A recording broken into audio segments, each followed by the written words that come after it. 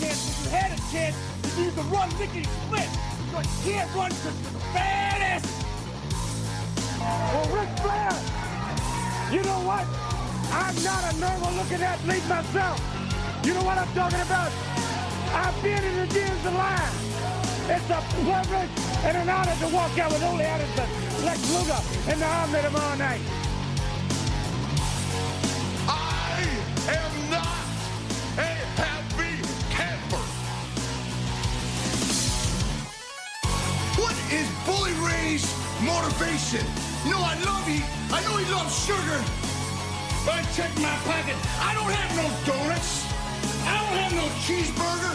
I know you love sugar, but I ain't got none.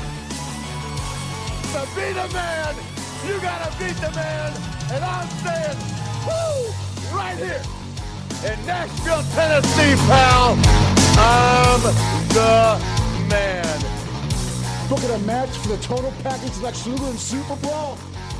Super Saturday? What is it? I don't know what it's called. What is it called? Super Brawl Saturday. Super Brawl Saturday?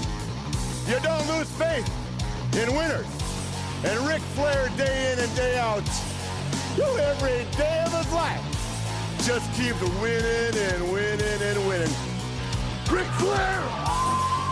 New York City, Ric Flair! You're gonna find out what hard is all about! I do exactly what I want to do. You say I'm insane. I say thank you very much. Make a good lucha thing. I hate God! Hit the deck! Yes! We love you, Scott Steiner! Today, woo, I've got the star and profile like never before. You guys talk about being students of the game. I am the game, JR.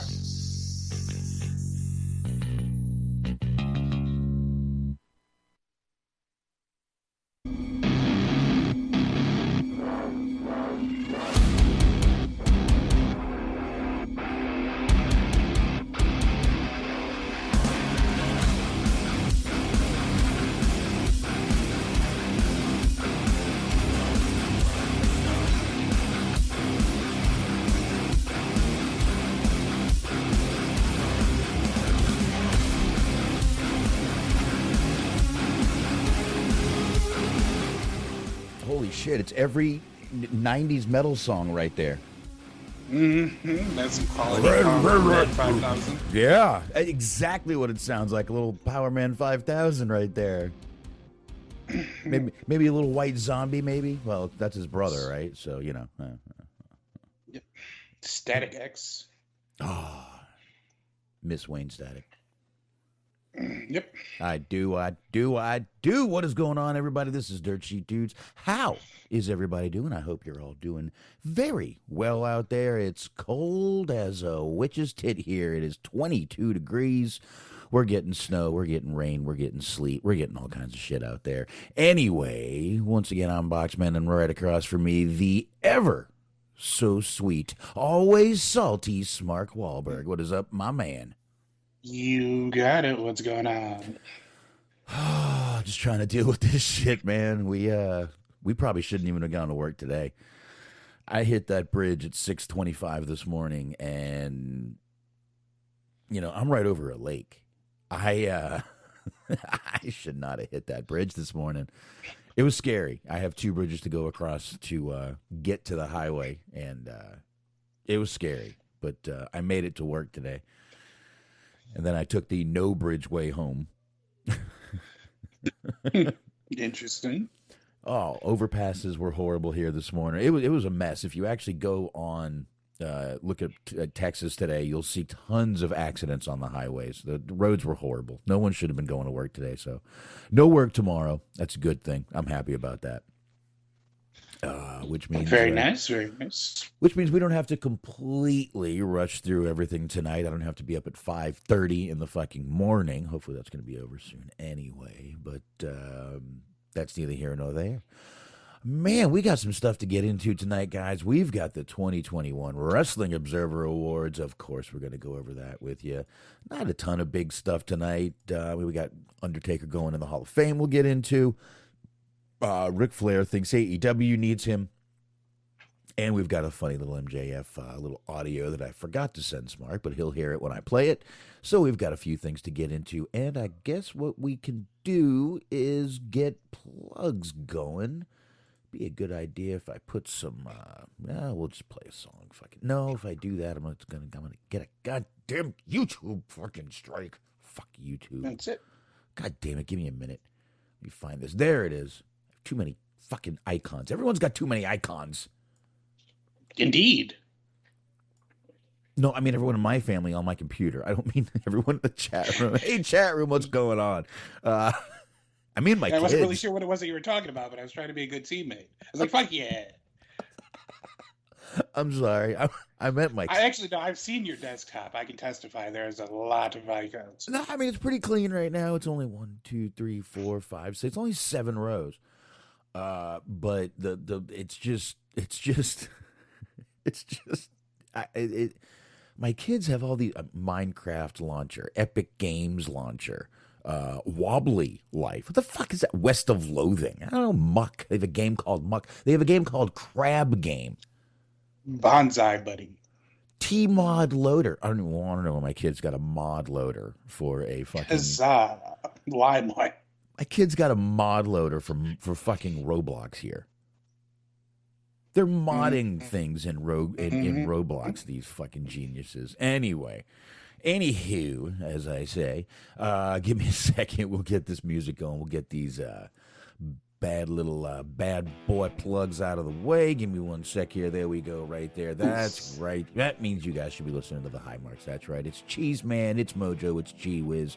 That's right. Get your Cheese Whiz Mojo going on and listen to the high marks. Sunday, 8:30 p.m. Eastern Time. Mixler.com/Metal Mitt Network. You should be there already. Check them out on YouTube on the Metal Mitt Network. Also, Metal Mitt Podcast Network. Excuse me. So definitely check those guys out there. And, of course, you've got Bobby Anthem, Bobby Blades. Those are the Inhumans. They are on the Inhuman Experience, and they are on all the usual podcast platforms and everything Unscripted Wrestling Podcast, the EUP network over there on Blog Talk Radio. Check out those guys. They have so many shows, I'm not even sure how many. They're on like every night of the week. Just go to Blog Talk, subscribe, do your thing over there. And check out Steve Milan sharing the show. He's over there reviewing movies, letterboxdboxd.com/Steven Milan, 2 L's in that last name, Milan. And, of course, I'll be doing Hollywood Hangout. Had a little issue. I fucked up last week. Forgot I had a fishing thing with my kid. Couldn't do Boomerang, but I still got a show knocked out. I did just mixed up some TV and movie greatest scenes, in my opinion. I had a great time doing it. So there you go right there. Smart. Let it rip, my man. That's it. Mondays, 8:30 p.m. on the Metal Mid Podcast Network. It is Cheese on Sports with Cheese Man. G Wiz, Luke, Birch, Matt, and myself. I was not on this week's episode, so for some that is incentive. Go ahead and check that out.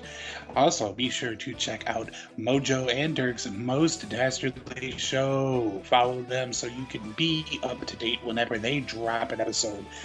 And be sure to check out our friends at Planet Raconteur. It's the Planet Raconteur podcast with Bobby Anthem, with Yuck Nasty, and with Papa Dave Sincere. Be sure to subscribe to them as well, because you want to get the first 16 episodes of Season 1 as well as Season 2, which is coming out as we speak. So be sure to subscribe so you get all the new episodes. There you go. I think you said it all. Be sure to subscribe. That's right. And once again, I will be doing Boomerang this week instead of last week. Sorry about that. So there you go. Plugs are done. That's it. We're done. Very good. Very good. That's it. 9:30 p.m. Eastern Time. Right here on Mixler. Dirt Sheet Dudes. Yeah, I just got rid of the Hollywood Hangout. Save myself some money. Fuck it. Anyway. All right. I think we're going to kick off the show tonight here and start out with these 2021 Wrestling Observer Awards, or the 2021 AEW and New Japan Awards is really what they are. WWE did get some awards. I would say most of them are worst of awards. I know this is mostly his listeners and members that vote on these, so I'm not going to shit on Meltzer about these. It is what it is. We do this every year. He does this every year. Every year his list is a little controversial. And let's get into it, man. Sure, let's do it. Let's go from the bottom up. What do you say? Excellent. Let's start out with the best documentary of the year, Dark Side of the Ring. Have there been any more besides that? I mean, yes and no. There was Vice did one on China, but that wasn't necessarily a series. That was just obviously a one-off. Okay. I think A&E, maybe, are they still doing like documentaries? I know they were for a little while, but those are the only two off the top of my head that I could think of. Okay, you're right. So there were more. You're right. All right. We go right to Book of the Year. We there's a lot of these, so we probably should knock them out as quick as we can. So we've got Book of the Year, Mox by John Moxley. All right. I didn't read it. Did hear it was good. Heard it was a very good book. So, but I'm again, about halfway through. I feel like you would like it because he spends a lot of time. Like, there's a chapter he talks about his career and stuff, and then he ends each chapter by recommending movies and TV shows and music. He one of the first ones I remember him mentioning was he went into great detail about Point Break and what he likes about that. Yeah. So that seems like that would be up your alley. Talked about Highlander. Michael Hayes is in that, apparently. I did not know that, so that's incentive for me to watch Highlander. There was only one. So there you go. It was pretty cool. All right, does sound good. He starts off the forward, the introduction. He talks about he hopes that he can set an example, if not as an inspiration, as to what not to do, like smoke crack. And then he goes into a full paragraph about what it's like to smoke crack. So that is a great way to start off a book. Yeah, I might have to. Tell me there's an audiobook on this. I'm going to have to check that out. Yeah, maybe. I don't know. If there's not, I'll volunteer to read that motherfucker. For sure. Absolutely. Audible, call me up. Ringy dingy. Anyway, good. That does sound like a good book, though. So, okay, we got that right there, which goes to most disgusting promotional tactic of the year. I can't even believe this is awards. You ready for this? The WWE special. Oh, yes, sir, it is. WWE firing talents during a pandemic while they were setting profit records, proving these people don't understand the difference between cutting someone's budget and setting profits. When you cut your budget, it's like, hey, why don't we, we spend $100 on food every week. Why don't we cut that down to 50? See if we can make more. That's a budget. It really has nothing to do with their profits. I just kind of don't know if his listeners understand that or if he's explaining that to them. But anyway, I think this statement pretty much proves how these awards are going to go right from there. What do you think, Smark? Yeah, I mean, it's not a matter of whether or not they can afford to pay everybody. It's a matter of them trying to get the budget to a smaller number. But I mean, I get the idea of people kind of being discouraged when they see a bunch of people getting fired. And then it's like, oh, we made $1 billion this year. It's like, oof, it doesn't look great. Yeah, and okay, if you made $1 billion, the less you put out, the better you make the year after, which makes your investors and all those wonderful people that are a part of the publicly traded company very warm and happy. Your stocks go up, your prices go up. Everyone is happy that has a bunch of stock options in WWE. Right. So, yeah, it's a game. It's what billionaire companies do. I don't agree with it. You don't agree with it. We bitch about it. We did bitch about it. We said it was shitty, but it is what it is. Promoter of the year, Smark. You ready? Mm-hmm. Can you guess it? Who do you think? Old TK himself. Yes, sir, it is. Now, right from there, we go to Booker of the year. Now, who do you think that might be, Smark? Well, of course, Billy Corgan on NWA, of course. Damn it, I'm upset that I didn't say DJ Hyde. Fuck, take two. DJ Hyde. No, I believe it was also Tony Khan in this one, but I can't remember. No, I believe you're right. Tony Khan, promoter of the year and booker of the year. Anyway, best non-wrestler of the year. Paul Heyman. I like that. I can't argue that one at all. I'm going to give his listeners a little credit for that one. For sure. I am. Most definitely. Paul Heyman's awesome in anything he does. Matter of fact, when there were some videos that came out last week, I was going to play them, but they were really bad audio. So there were some great videos of him that came out last week. He was in rare form. Worst announcer of the year. Corey Graves. Indeed, Corey Graves. Indeed, Corey Graves. Okay. I haven't, let's face it, it's been a while since I've watched WWE. I think you still are. Or Sometimes. Yeah, you don't have to force yourself anymore. Isn't that nice? Yes, it's very nice. It's like we miss it. I don't care, but, it's fine. It's fine. Best announcer of the year. This one. Yes, go ahead. This one sticks in my craw a little bit, if you will. Excalibur.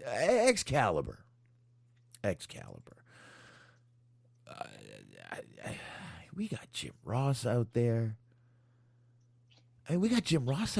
Tony Schiavone. Taz. Even.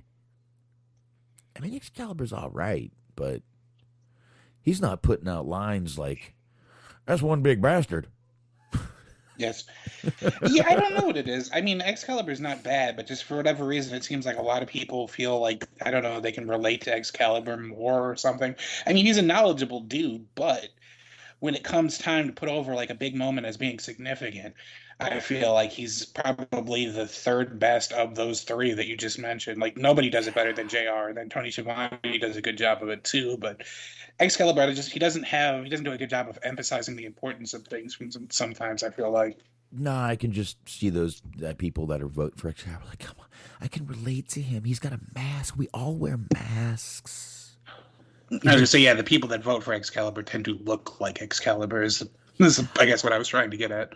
So I look more like Jim Ross, so that's where I'm voting. I'm probably more of the Schiavone build. Yep. Maybe a little thinner.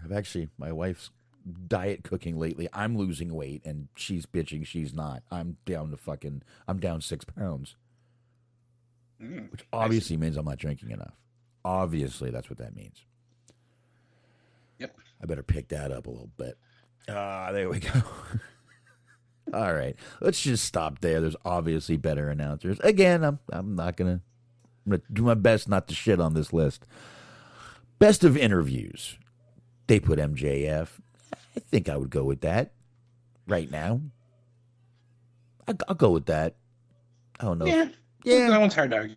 Yeah, that one's hard to argue. Worst gimmick of the year. They went with Alexa Bliss. I'm not too sure I can argue that one from what I saw at the beginning of the year. Yeah, a lot. Yeah. But, yeah, she did the best she could with it, but the whole fucking Lily thing was just... Ugh. Yeah, a lot of that was pretty poopy. We made fun of a lot of that. Because, this is from 2021. We were watching most of 2021. We did shit on a lot of that stuff. And it was pretty bad. Randy Orton coughing up fucking oil and shit and all that stuff. Here's a little shout out for WWE. We've got Gimmick of the Year. They picked Roman Reigns. Okay. All right. Yeah, I guess it's just, you hear gimmick, you expect, in my opinion, this is just my opinion, when I see the word gimmick, I expect them to pick a gimmick. I'm not saying Roman Reigns' whole head of the table thing isn't a gimmick. It is. I get it. He's not, but it's like, I don't know. I see a gimmick and I'm like, Dark Order, something like that. I don't know. It's just, That's just me. But I guess I can go with Roman Reigns. I mean, like I said, I see where they're coming from. Roman Reigns, I guess, the whole head of the table, and I mean, he spent most of the beginning of last year beating on his cousins, so that was fun. Right. That was fun to watch. So he was talking a lot of shit. Yeah, he was talking a lot of shit. Then we go to worst promotion of the year. I think this one's obvious for folks, right? WWE, obviously, right? Mm-hmm. Yeah, definitely. Yeah, I got my vote. Promotion of the year. A-Dub. AEW, of course. A-E fucking W. I think we all knew that was coming. Nothing to say. No reason to bitch. What are we going to do? Worst show of the year. WWE Survivor Series. I'm trying to roll back what the Survivor Series the year before was. That was the one where the whole show was like predicated on somebody stole Vince McMahon's Fabergé golden egg. Yes. He was trying to get to the bottom of it. I think there might have also been some kind of dumb battle royal or some shit. I remember personally when I was writing my end of the year awards, I gave them that honor too. It was a bad show. Oh wow. Okay. All right. I didn't watch that, but that's fine. That's fine right there. I'll go with it. Show of the year, AEW All Out. Okay. All right. I remember that show. Damn good show. It was. I mean, 2021 was a tough year, and there were only a couple promotions running. Let's not forget. So, all right. I'll go with that. Worst weekly show, he's got his Raw. Best weekly show, Dynamite. Again, with I don't even know why he has that when he has the best promotion. It's like redundant at this point, which is why I just blew past him. I just thought I would mention how redundant it was. Move of the year. Buckshot Lariat from Hangman Page. All right. I'll go with that. I said a couple weeks ago, I like the way he does that move. Looks good. Most of the time he turns motherfuckers inside out, makes them do the flip. I like it. Yeah. I like it. Brawler of the year. Jan Moxley. Definitely go with that. High Flyer of the year, Smark. Mr. Ray Phoenix. Definitely. I definitely agree with that. I think we can go with that one, too. I do. I definitely think we can go with that one. Technical Wrestler of the Year, Bryan Danielson. How do you say no to that? For sure. I mean, it's fucking Bryan Danielson. Unbelievable. Perfect. I can't argue that. Rookie of the Year is Jade Cargill. And, you know, I'd argue that, but I'm thinking back to last year. I'm trying to think how many more rookie kind of debuts came out. And I can't think of any. Like, right, yeah, it was a pretty limited selection this year. Yeah, she's kind of like by proxy, by elimination, Jade Cargill. Okay, there we go. Mm-hmm. Most Improved Wrestler of the Year, Tay Conti. All right, whatever. I'll go with it. Yeah, Derek's got a good point. Braun Breaker was eligible. Yeah, but didn't Braun just come in like beginning of this year? Yeah, I mean, I guess I don't know exactly what the timetable for that would be, because I was kind of thinking about that, because really the only person that sticks out in my mind in terms of like new people that are making an impact outside of Jade Cargill is Hook, but Hook like just came on. So like he almost for sure is going to win it this year. Yeah, remember, Dirk, these are 2021 awards. These are from last year. This isn't anything from this year at all. So this is all stuff before January. Actually, this is all stuff before January. So yes, yeah. So I think Braun just came out maybe a month and a half ago. So no, it was probably about the fall. Because he was on not the elimination, the War Games. He was in the War Games match that happened, I want to say December, either November or December. All right. So I guess he just didn't have enough time. I'm not sure when he does his awards from. Might be if it's January to January. I can see why he couldn't put him as Rookie of the Year. You can't do it off a 1 month run. So maybe next year. And by the way, I love the picture he has of the girl from Police Academy. Great picture, great name. Don't move, dirtbag. I love it. Fucking awesome. Just awesome. Most overrated wrestler of the year, Smark, is Evil. Yeah. Don't know much about him. Okay. September 14th. I mean, when. Okay. he won the he was New Japan heavyweight champion. He was not very good. A lot of people don't like him. He's sort of the de facto leader of Bullet Club right now because Jay White's in the United States, and so they've kind of run it into the ground. It's basically jumped the shark at this point. Okay. All right. I get it. And by the way, Dirk just said, I didn't mean to cut you off there, Smark. I totally apologized. Okay. Dirk just said September 14th is when Braun Breaker came out. Okay. All right. Still the September, October, November. That's 3 months. Jade was out there all year. So Yeah. And thank God she was. Jesus Christ, that girl looks like she gets built better every fucking week. I'm not trying to be gross about it, but that she is just gorgeous, man. I'm sorry. That body, she is beautiful. I mean, that's why they're marketing her. I mean, I'm not saying that's the only reason, but that's one big reason is just she is a put-together woman. Anyway, you knocked out the Evil thing, but 3 months, like I said, really isn't a not for Rookie of the Year. But how much you want to bet he'll be in for this year's, for 2022's? We'll talk about it next year. Yeah, he'll be in the running. I don't know, though, because, I mean, he's going to have tough competition because, like I said, a lot of people, myself included, really like Hook. Oh, I agree, and you're right. He might be. He definitely might be. But you could put him as the most improved also, though, since we didn't really get to see much of him in 2021. So we'll see. We'll see what happens. We're almost done with this list, guys. Most underrated wrestler of the year, Ricochet. Okay, how do I put this, Smart? Ricochet's had a lot of chances to not be underrated. Let's put it that way. Yes. He's had many chances. Great in the ring. I've never had a problem with what he does in the ring. I think he's actually pretty fucking awesome in the ring. When it comes to talking, the guy is not intimidating. Dirk's laughing in the chat room. He's not intimidating. He just doesn't sound. He needs a mouthpiece. You give him a mouthpiece, and my throat is so dry. I'm sorry, everybody. I'm drinking beer. It's not helping. But I just don't. I think this is a horrible pick. Like I said, this guy has had chance after chance after chance to go out there.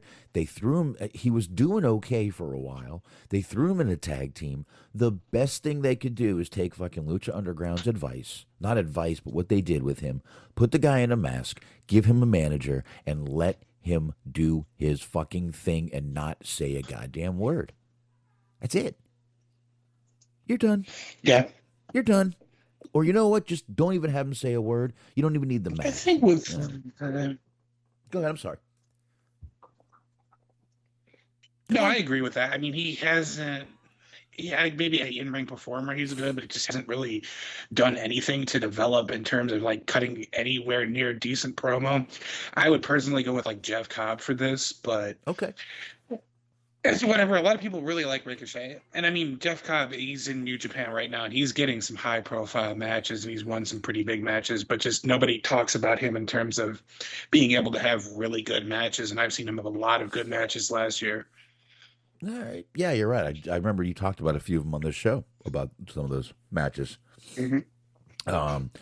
So, all right. I mean, we said our piece. Again, I'm not going to spend fucking 20 minutes on each thing. We just spent 2 minutes. 2.5 minutes on that, and that's fine.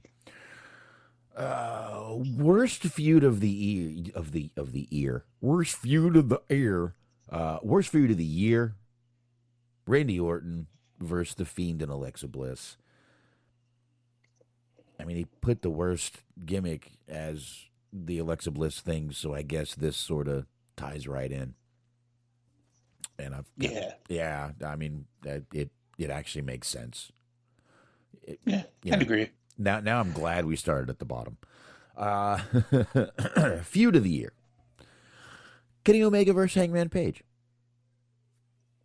I don't think I have a problem with this. No, not really. No, we move on. I mean, if we agree, what are we going to do? Move on. I think that's not a bad one. Worst match of the year: The Miz versus Damian Priest in the Zombie Lumberjack match, WrestleMania Backlash. I do remember that match. We watched that match, Mark. We made fun of that match. It was a ridiculous match. I totally disagree. I actually enjoy. I will say, it was campy. It was not great wrestling, but like, keep in mind, there was a pay-per-view that had QT Marshall versus The Big Show. This match at least had zombies. Okay. And regardless of whether or not it was a good match, it didn't have The Big Show. I understand, but let me just put it this way: did you liked the match for everything that was shitty about it, didn't you? Yes, but I liked something about it. The fact that it wasn't necessarily good, the fact that it was bad in a good way, versus QT Marshall versus The Big Show, which was bad in a bad way. Okay, so I think your vote is for the worst match of the year is Big Show versus QT Marshall. Exactly. Okay, I think that's where we're going with this. Man, you're right. We got a good toss up there. We do. I'm not sure. I mean, you can at least laugh at how silly and stupid the zombies involved are. Because, I mean, they had somebody get eaten alive, and then they showed up on Raw the next day. You got a point. You do have a point there. I'm gonna have to go get something for this dry throat. I don't know, a piece of gum or something. I'm sure if I looked around my kids' room, there's a piece of candy in here somewhere. Sure. I'm sure if I looked in one of their beds, I guarantee I could find some. You have no clue the things you find in kids' beds. I was trying to think of a bunch of different old-sounding candies, like a Charleston Chew or like a Good and Plenty. Oh, no. My kid's bed, you find pistachio shells. Here, look. Look, on the computer table. Pistachio shell. Right here. See, it's work. Mm-hmm. See? They're everywhere. They snuck a giant bag of pistachios in here about 2 weeks ago. I had to get something out of my kid's top bunk. I went to grab it, and I bumped the mattress, and it rained pistachio shells on my older son's bottom bunk. So you've become the warden now. You're like finding contraband. I became the get every fucking pistachio fucking nut out of this house. And the bad thing is, I love pistachios. That's like my snack. So I like peanuts, not so much pistachios, but I like some peanuts. Yeah. Love me's cashews, regular roast out. Pretty much, they're pretty much all of the categories of peanuts I do enjoy. I just can't eat almonds. Can't eat almonds though; they kill my stomach. If I can have like 3 almonds, if I eat 4, I'm fucked. I don't know. Interesting. I don't know why. I don't know why, but it happens. Indeed. And I mean, there's no need to get choked up about it, but I'm sorry, man. I don't know why my throat is really dry. It wasn't before I came in here, but I do enjoy, and this is, of course, an audio medium, so I will explain for those who can't see you, how your solution to this throat problem was to take a nice big drag off of that vape. Yeah, believe it or not, it kind of helped a little bit. It coated. I suppose. Yeah, I mean, I've been drinking the beer. The beer is drying it out. I will, if someone comes in, I will ask for a something that I'm not going to be, and I will not make no. Maybe I'll get a lollipop, something I can. No, I don't want to eat a lollipop in front of you. Go ahead and close that screen recorder software. Let's see if I can get a banana. Here you go. Can I get a banana and a fork? All right. Wow. No, you do not fork the banana. And a plate, please. Okay. Just put chocolate sauce. Working the banana sounds a lot more like a story that Bobby Anthony was telling on Get in the Corner a couple of hours ago. So I don't want to relive that moment. I did notice that was on air a little while ago. Check that out too. We'll Get in the Corner with old Yuck Nasty. Mm-hmm. Check that one out too. All right. Okay, match of the year. This one, you're gonna get absolutely zero argument from me. I believe when me and you, sir, talked about this, we said this was a match of the year candidate easily. This is the Lucha Brothers versus Young Bucks steel cage match at All Out. Yes, well, a lot of people were saying that was like the best cage match they've ever seen of the year. Mm-hmm. Let's just leave it at that. I don't know about the best cage match I've ever seen. I mean, we literally saw Mick Foley get thrown off the cage and go through a cage. Yeah, that one's definitely going to live in infamy for me. So yeah. Of the year, I'll go with that. That was, and like I said, we talked about it as a match of the year candidate. The funny part is that wasn't even my favorite of the matches they had that year, because they had one, it was like right after WrestleMania weekend. They had one where it was just a regular match that they had on Dynamite. And I remember specifically you saying that it felt like it went on way too long, and me just being enamored with how good it was. I'm going to try to get some ice. Maybe that'll help. There you go. All right. So we got that right there. Like I said, can't disagree with that. And yeah, you've got a good one there too. So, most charismatic wrestler of the year. CM Punk. MJF? Okay. Maybe. MJF, man, no. Yeah, I can't remember who they ended up giving it to. It's CM Punk. So that's all right. I would say that. Listen, he had a great thing when he started. The crowd was into him. They dug him. Okay. He came back. It was huge. All right. I could see that. I mean, really, you could change this to, best comeback of the year or, something like that. But yeah, that's fine. Derek has an interesting choice. It says LA Knight. I feel like he's specifically trying to get under your crawl tonight, because I saw him mention LA Knight multiple times today. Jesus Christ, what are you, Sacha Baron Corbin over here? Well, someone has to do it. Someone has to get your proverbial goat. That guy is so fucking awful and generic. It's not even funny. And everyone talks about him like he's this young up-and-coming Ric Flair. I'm sorry. I disagree. I think the guy is bland. Bland. I think the guy is pasta with no sauce, no butter, no nothing. Just plain sticky, nasty pasta. Nothing on it. Plain pasta. It's going to stick together. That's it. It's shit. Throw it away. There you have it. Throw it the fuck away. Don't let that shit leave the kitchen, is what I say. Anywho, I know I'm in the minority there. I was letting you have your run there. No, I'm sorry. I gotta stop that shit. Anyway, most outstanding wrestler of the year, Shingo Takagi. Yep. Anything? Yeah, I mean, he was a New Japan champion for a while. I think he ended up having the longest reign of last year. He held it all the way up until Wrestle Kingdom of this year. So he was kind of a good spot for them. They had a lot of bad luck, injuries, and what have you, COVID, travel restrictions, things of that nature. And he was kind of a shining light when there wasn't a lot of it for that company. So I get it. He wasn't necessarily my favorite performer this year, but I could see how people would vote for him. Okay. That works. I've got a hell of a name to try to say here. I'm going to do my best. If I butcher this, it is absolutely not purposely.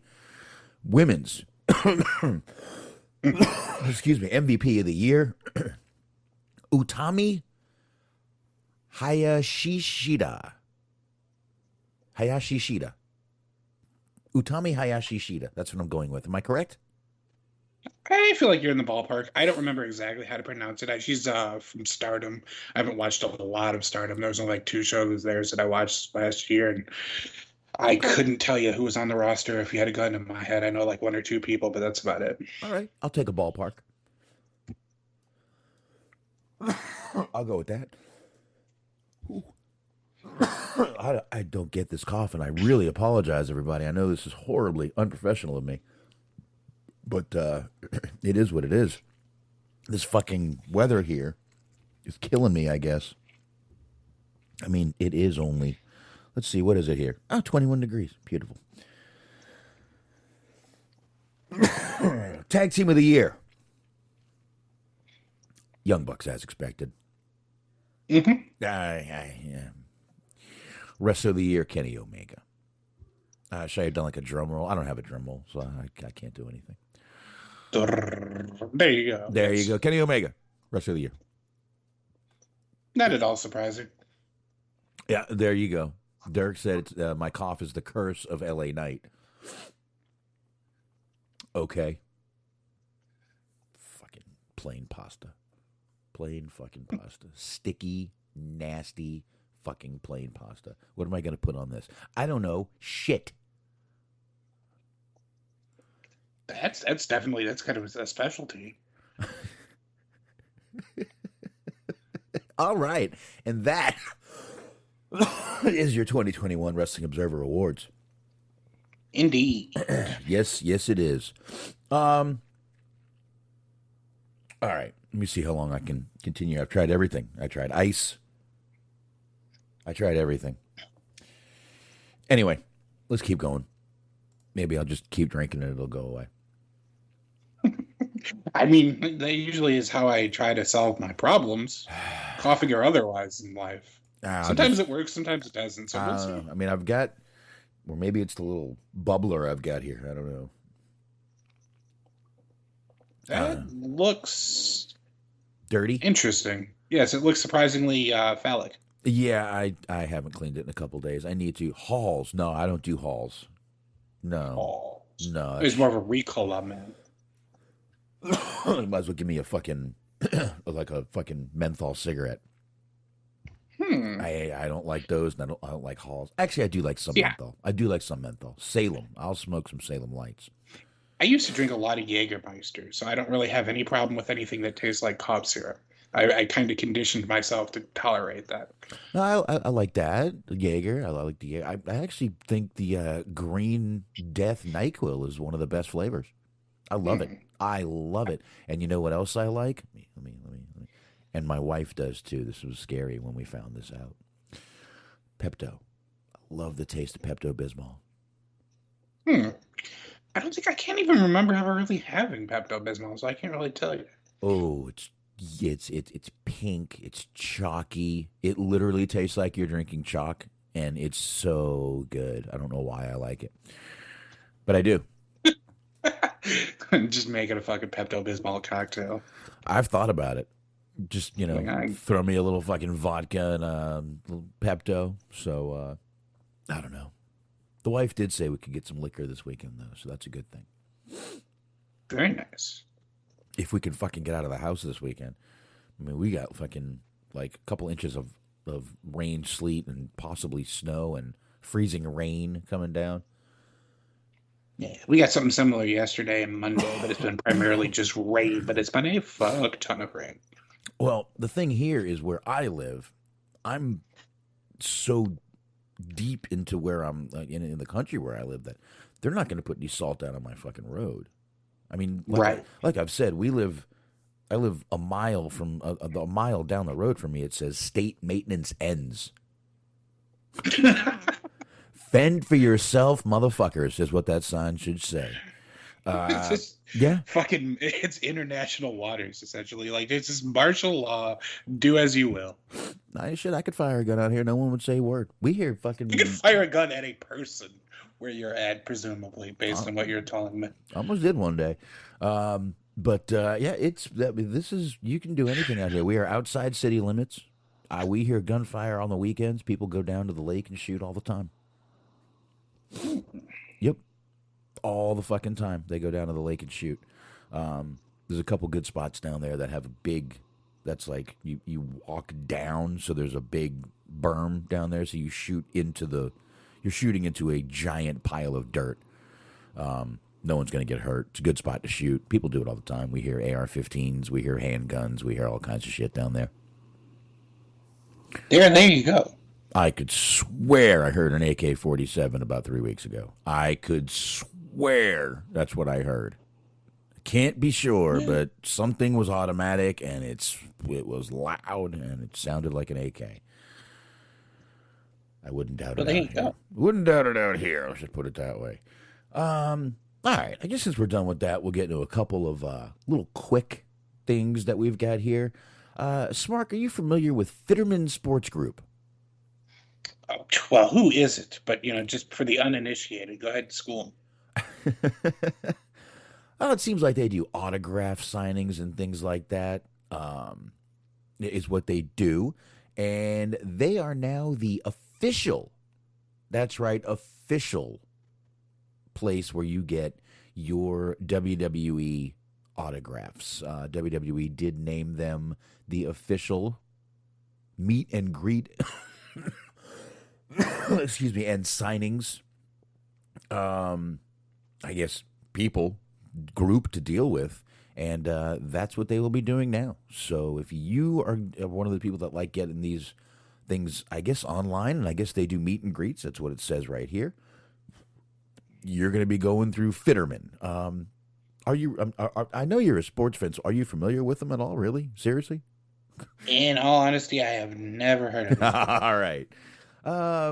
Let's see what we can find out on them real quick. Give me 1 second. Let me do this. By the by, while we're talking about things like this, did you know that Mojo Rawley has a sports agency now?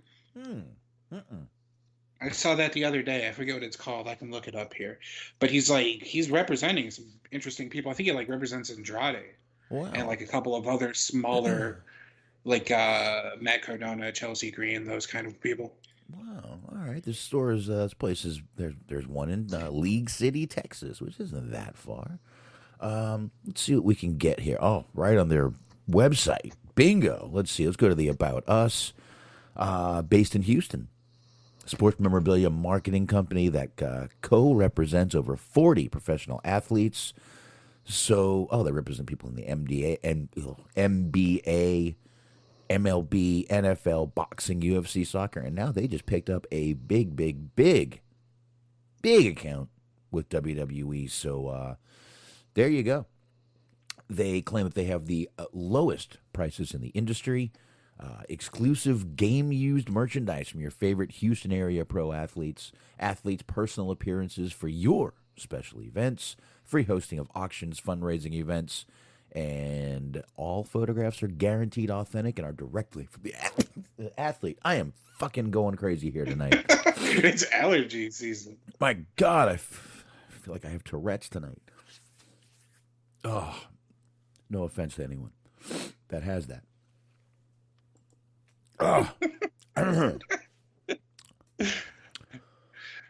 Fuck shit, motherfucker. Anyway, man, right in the middle of that, I get a fucking sneeze. I'm coughing. I'm sneezing. This is we're going to call this the unprofessional show. This is something for one very special person that is into very obscure and deeply disturbing ASMR. Yeah. They're just having themselves a field day. Yes, the un-ASMR show. All right. I mean, I guess I'll try to breathe shorter breaths so I'm not coughing and sneezing. Let me hear that. When I try to bring it down to a four count sniper method. Anyway, let's go ahead and get into a couple more. No, I've got some small, tiny little things we don't need to spend. Here's another little small thing we can spend just a couple minutes on. A couple days ago, PW Insider reported that Drake Maverick is back working with WWE on the creative side. I hope that's true. I really do.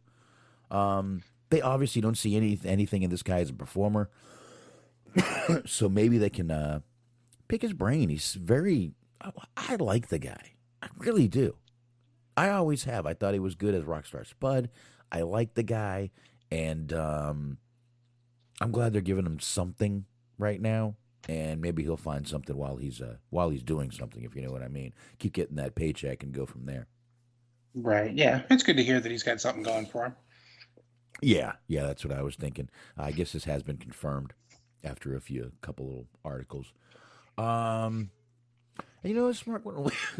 Jump into one of yours so I could cough real quick. Provide an exorcism of some kind. Yeah, there's a couple of things we've got going on here. There is a surprise coming. We all like surprises, of course. From F4W Online, Tony Khan's done got himself yet another surprise.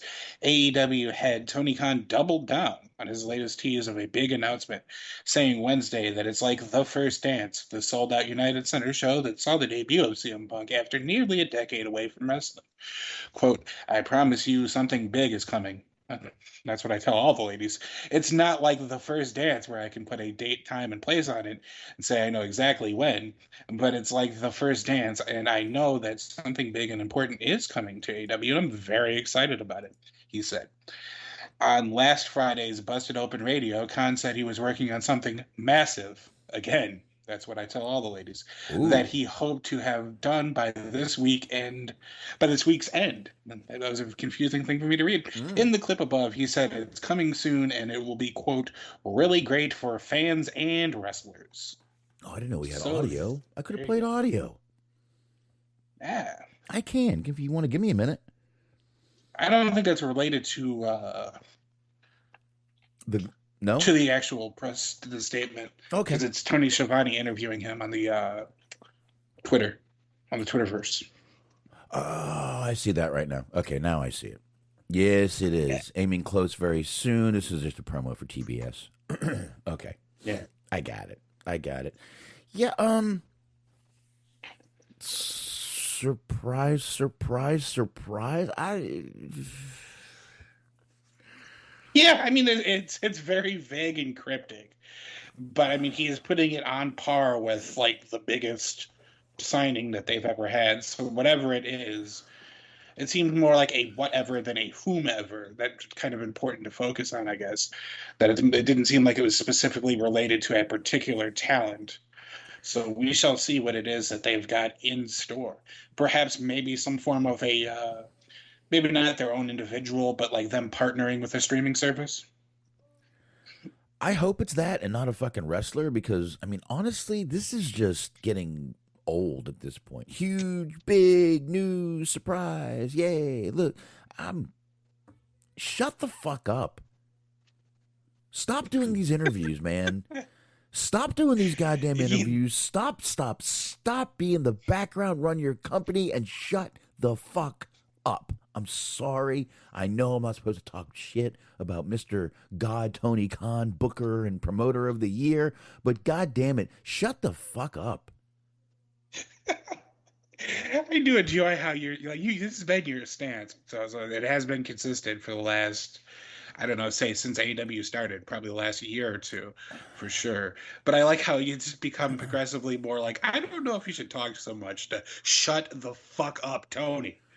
Well, I mean, yeah, I tried to make it nice before. I'm done. He needs to shut the fuck up because what he's doing to himself is he's making all these surprises, and then it comes through, and it's like like I wish I had the losing horn. I would play it.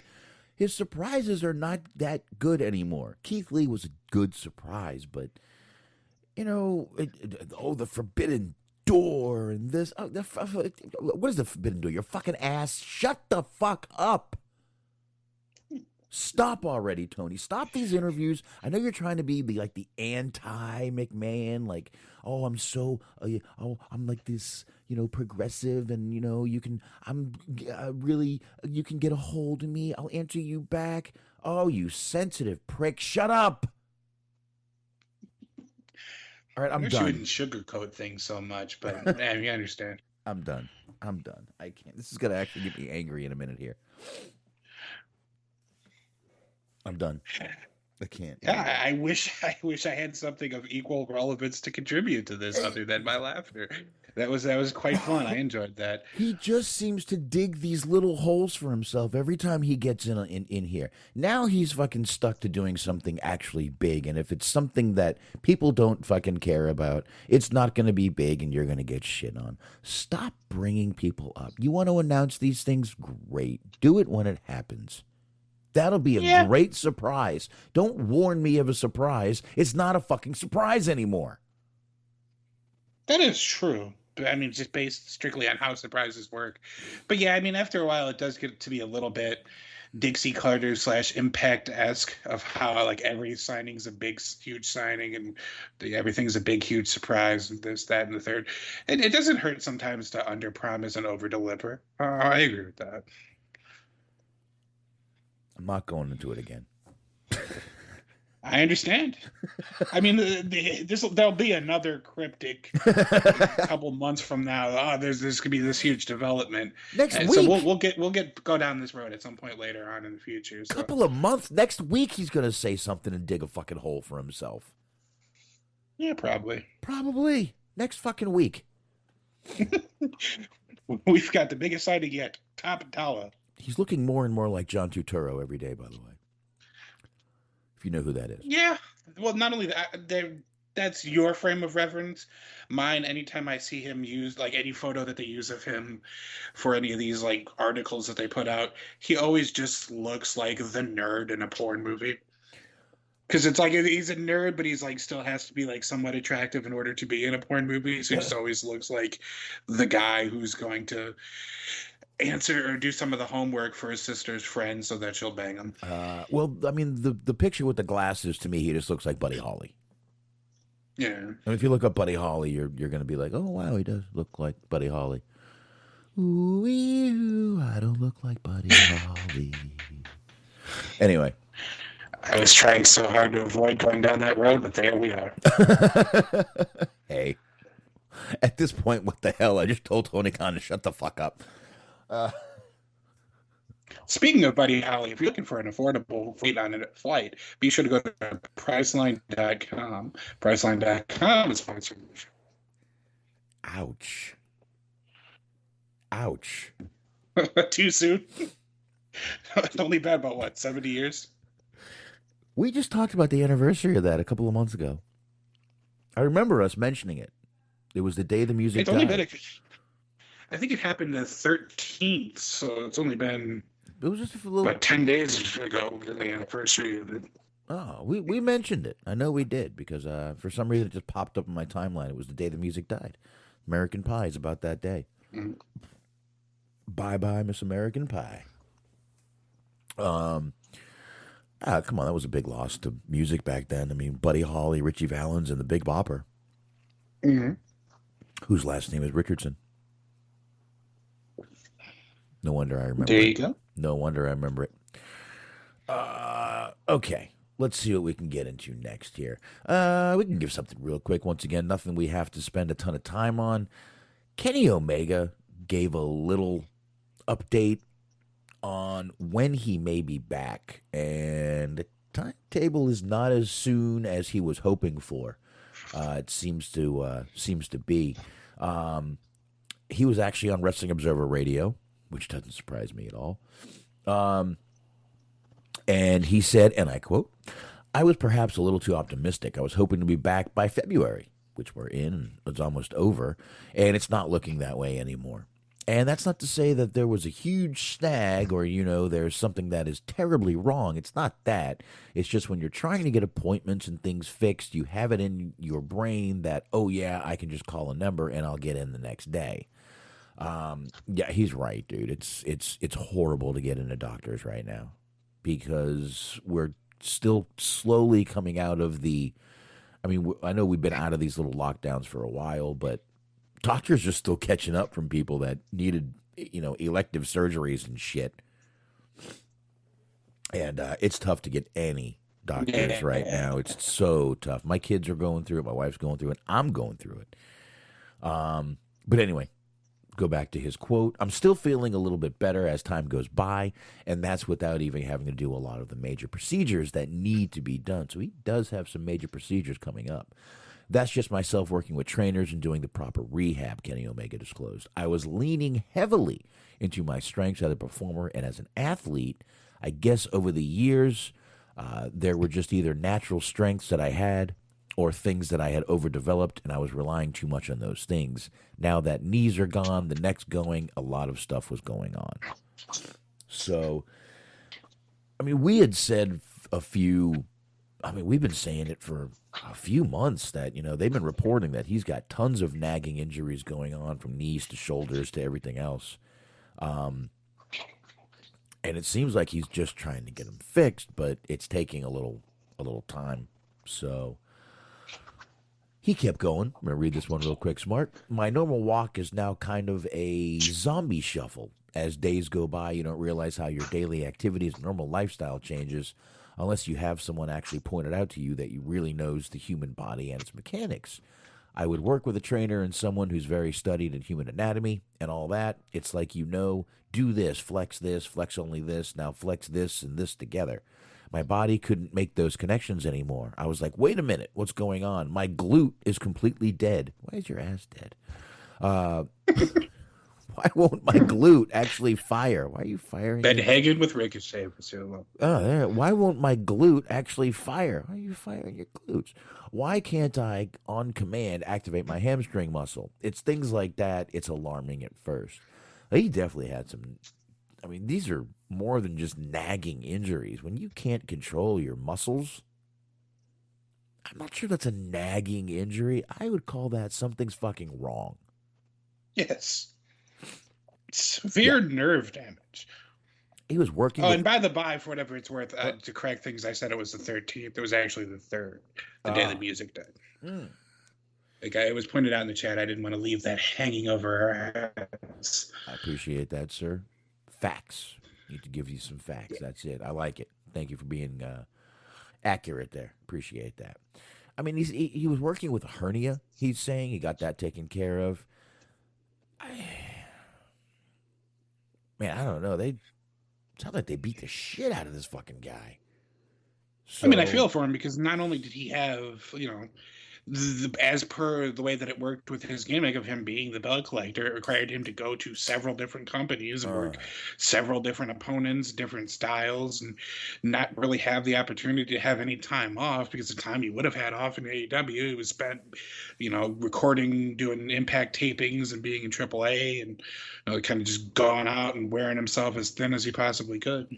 Driving here, flying there. Let's face it. Those car seats aren't comfortable. Plane seats aren't comfortable. That ain't a good thing. I know what you mean by car seats, but I just like the idea of it being strapped in like top. I'm just like Don Callis is driving the car, and he's got a DVD player in the back for Omega to watch, so he doesn't get too bored. He's on fucking the 4th viewing of the week of Frozen.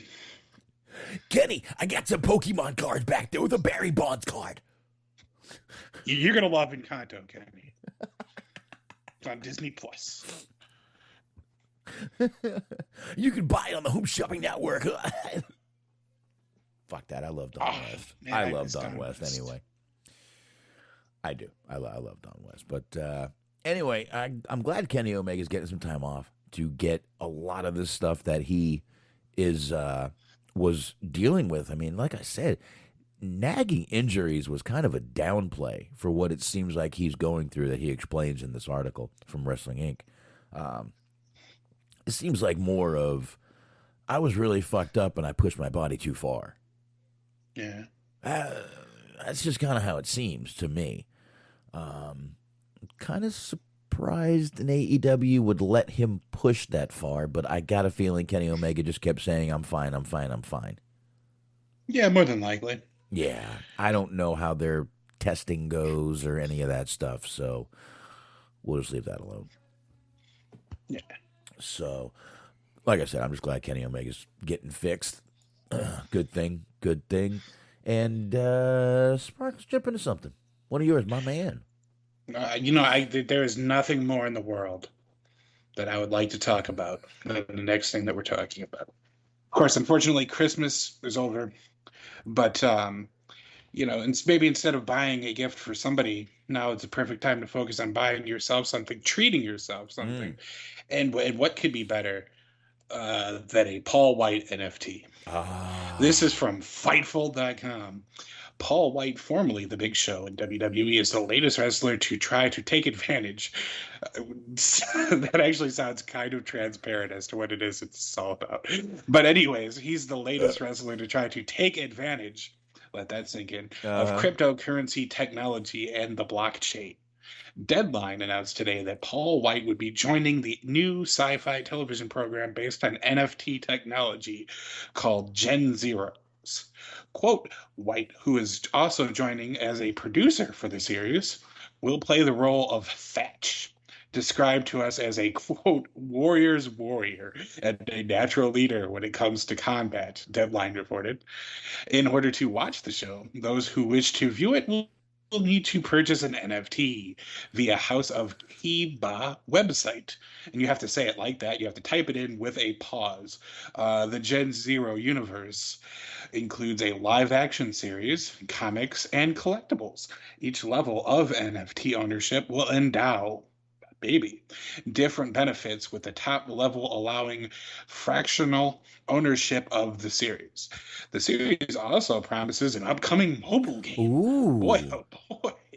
An extra way to scam you out of money. Quote, we have this milestone close to our chest as we have begun negotiating a key partnership with a first-class, citation needed, game studio, although we can't share too many details.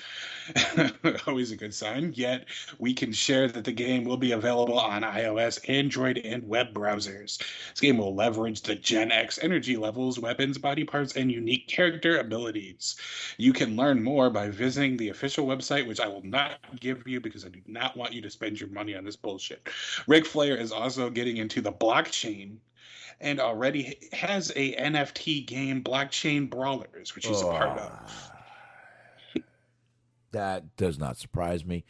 I did kind of watch the trailer as you were talking there, and it's just a bunch of sci-fi kind of faces pulling up. It's nothing big. I don't know if there's words or not. I didn't do that. But, man, everybody's jumping into this NFT stuff, and I guess it's kind of the new wave of cryptocurrency. So, good luck to them.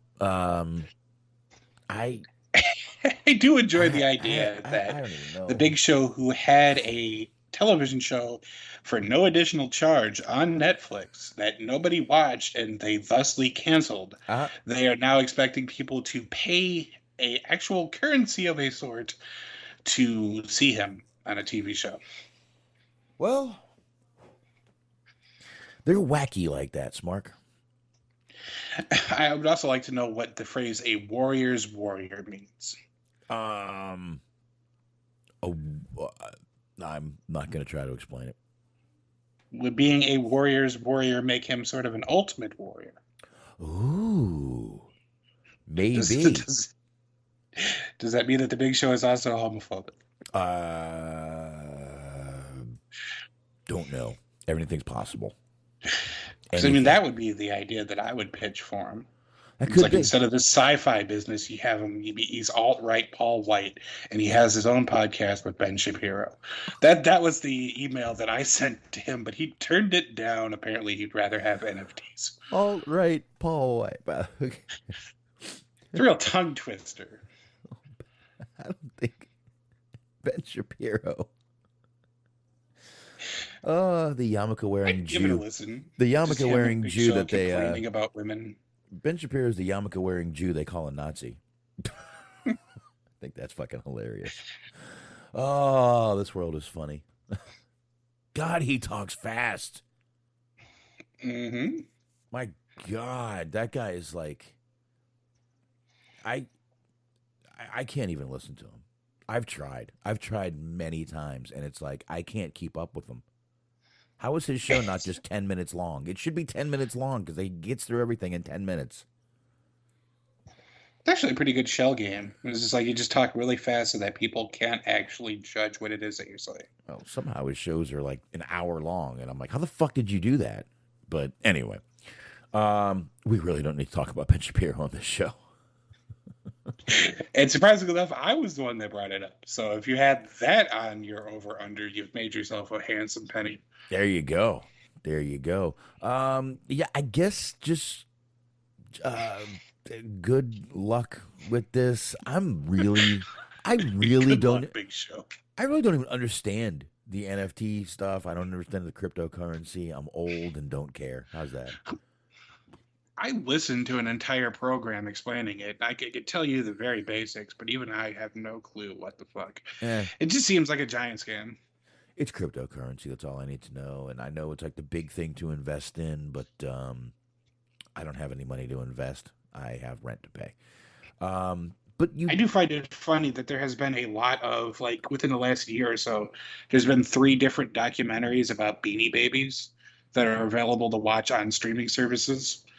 And it makes me laugh how, like, there's all these documentaries devoted to something that at one point was worth a lot of money, but is now presently absolutely worthless. And nobody else finds that to be an appropriate allegory for what could very well happen with the whole cryptocurrency thing. Fads, man. They just kind of come in, they go away. That's funny you mentioned Beanie Babies, though. Me and the wife were going through some old boxes, and we found a bunch of her old Beanie Babies. Oh yeah. Well, they all still had tags and everything, so we looked them up. And I'm like, wow, wonder if these are worth anything. $6, $7.99. I'm like, just take the fucking tags off and give them to our daughter, please. She loved them. So they ain't worth shit no more. I had a stack of WWE magazines, right, that I found. A stack. I mean, literally like a 8 or 9 inch stack. I started looking them up, like, let's see if these are worth anything. The cover price on them is like, I think $5.99, $2.99, $1.99. I'm like, oh, fuck this. Throw them in the goddamn fire pit. I kept a couple of them that were worth a little bit. And I'm like, all right, these might, kind of, get a little bit of appreciation and value, but I threw away 90% of them. They were not. I looked at every one of them. If they were worth something, I kept some. I kept them. I don't know. I didn't even know I had them, but they were from like 2016, 2017. I don't know. I forgot my wife had got me a subscription to that for Christmas one year. I had a subscription for it when I was a kid. I found a couple the other day, not the other day, but a while back, where it was like, one of them was DX was on the cover, and they would like review, like run down pay-per-views, results, and what happened and all that, and they'd like give you some like rumor that in no way, shape, or form was ever going to happen, but it made you feel like you were an insider. Ah, there you go, an insider. Now, Sparky, we did mention Ric Flair in that article, did we not? We sure did. And Ric Flair I'm going to bring this one up because, God damn it, it needs to be. Ric Flair wants AEW to sign him after last week. Dynamite had I believe they did 8 something in the viewership. I think it was 857 or somewhere close to that. Oh, no, not 857. Oh. 869. Oh, I was close. But yes, there you go. Which isn't a great number, but I mean, come on. It goes up, it goes down. People do have shit to do with their lives instead of watch television. So there you go. But Ric Flair decided to jump in and tweet this out. Talk about a guy who's just begging for a job. Someone had put him and photoshopped him beside MJF, and I don't know why. It's the weirdest picture in the world. He looks like a caricature of himself in this article. He has like this giant head and this little body, and someone tried to like clean it up. Anyway, it's the worst Photoshop job. Is it not? It literally looks like a child Ric Flair with a big head. I don't get it. It's so fucking terrible. I'm gonna post it in the Mixler chat. For Do people it. It's literally like they put like Boss Baby and threw Ric Flair's head on Boss Baby or something. And no, I'm not talking about 1-inch biceps. That's fucking hilarious. Anyway, Ric Flair tweeted this. In the history of the wrestling business, one thing is certain. When you need a rating, you call the Nate. It's been 50 years of getting ratings, and apparently I'm needed again at almost 73. Hashtag ratings king. I don't know if Ric Flair knows this, but AEW right now would not touch him with a 10-foot pole. No way. Ain't happening. They don't want him. They don't need him. And after the whole thing with the Dark Side of the Ring, why would you want that kind of heat on your company? Well, according to Tommy Dreamer, he has a 10-inch pole, so... Well, I mean, there's that. And, okay. I said 10 foot, but that's fine. Yeah, I realized when I said it. Take two, a 10-foot pole. I was actually just reading through the comments here, and somebody wrote, "Please, Tony Khan, sir, please give me a job. Please, sir, that boat payment is due. I'm getting a divorce. The IRS is closing it. I don't have a piece of wrestling history to sell. Hunter didn't call. Vince didn't call. Taker didn't call. Please, Mr. Khan, hire me." No one's calling you, Flair. Just stop this. Lay low for did anyone tell him to lay low for a while? Has anyone mentioned it to him? Lay low. He's trying to make something happen. God bless him. This is another guy who, listen, I love Ric Flair. I do. I think he's one of the best to ever fucking go out there and do it. His promos back in the 80s and 90s were fucking legendary. But there's a time where I'm going to, for the second time tonight, he needs to shut the fuck up. Yeah. He's doing this. He's fucking constantly shitting on Becky. It's like, she's not going to fuck you, dude. She's not going to fuck you. Stop. Anyway, Ric Flair thinks he can get ratings for AEW. I believe, in my opinion, AEW ain't touching this fucking guy after everything that's happened. They don't need that kind of fucking heat on their company. They don't need that. It doesn't need to be done. And I'm going to tell you right now, if they brought him in, they might as well just fucking call themselves TNA. Seriously. Yeah. I don't mean to be dickish about it, but I really feel like if they brought him in, they're starting to turn into TNA. It ain't worth it. I mean, honestly, as soon as he stops fucking tweeting dumb shit, the faster he does that, the faster the clock can start. Because not that I'm rooting for it, but like we said, and I predict, he is going to end up back at WWE at some point. But he keeps making that bridge longer and longer the more he keeps talking. Absolutely. 100%. He really does, man. He really does. And you know what? I don't even care at this point. I just, like I said, Flair's, I know he's awesome. We all know it, but he needs to shut his mouth. He needs to just stop this. Like I said, he's doing this whole thing. He's doing the whole Becky thing where he's trying to get in that storyline. It's like he's trying to insert himself in storylines. Nobody cares. Right. You're 73. Be old. Be happy. Hang out with Hulk Hogan and dance with young girls who are still not going to fuck you. You'll get one eventually, Flair. You will. One of them will get drunk enough to fuck you, and you'll be happy. Yep. And it probably will happen more than you think. Do young girls still want to say they rode Space Mountain? I don't know. It's a very good question. I mean, the ride's broken down a couple of times, so. Well, it does break down every now and then, but seems to pop right back up when you least expect it with a long line.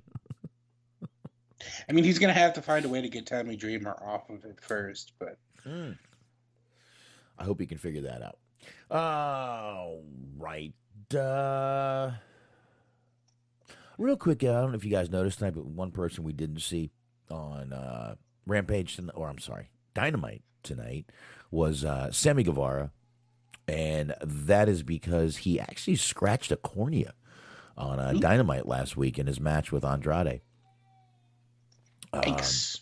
Before that, and he still went and did the Friday match, but they did give him a little bit of time to relax after that. He actually did that in the match with Darby Allin. So he's going to take a little bit of time off and heal up. Scratch cornea won't take that long to heal, so he should be back next week probably. So, no, there you go. Just want to explain why he wasn't on tonight. And Mark, you had one more here. I did.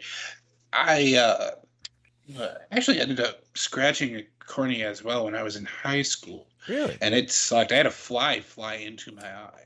It was a very unlucky and very improbable situation, but I ended up having to get surgery, and it was cool for two different reasons. First off, they gave me these Ray Charles sunglasses.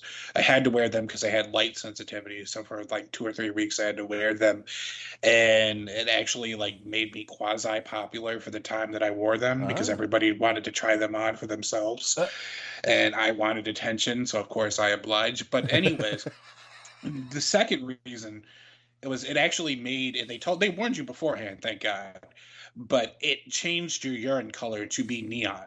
So it'd be like neon yellow or like a neon greenish type color.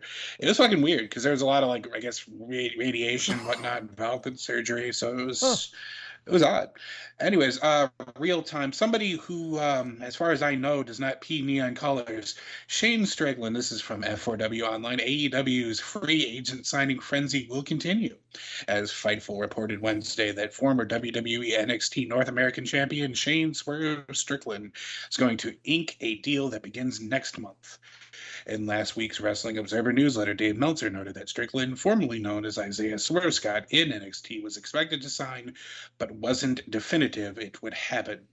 In the Fightful report, it said the deal was expected since January, and that goes into effect the first week of March, the same week as their Revolution pay-per-view. The report also noted there is talk Strickland is seen as a potential crossover star, and that AEW was immediately interested when he got released by WWE after more than 2 years in the system. Strickland and the rest of Hit Row, Top Dollar, B-Fab, and Ashanti V Adonis were a surprising part of 2 rounds of November 2021 releases, less than 6 weeks after they were called up to the main roster as part of the WWE draft. After the faction formed in NXT and became a top act, Strickland defeated Bronson Reed, now known as Jonah, for the North American title, holding it over 100 days before losing it to Carmelo Hayes. Strickland has a busy schedule in the months ahead, with his Terminus debut Thursday, an upcoming Defy match against Prodigy Nick Wayne, several matches during WrestleMania weekend in Dallas, and 2 GCW events in April. I think this would be a pretty good signing for him. I know everyone said, you stop signing all these fucking, WWE guys. I don't consider this guy a real WWE guy. No. I really don't. I consider this guy more of the indie guy. We saw him on Lucha Underground as Killshot, and he did more indies.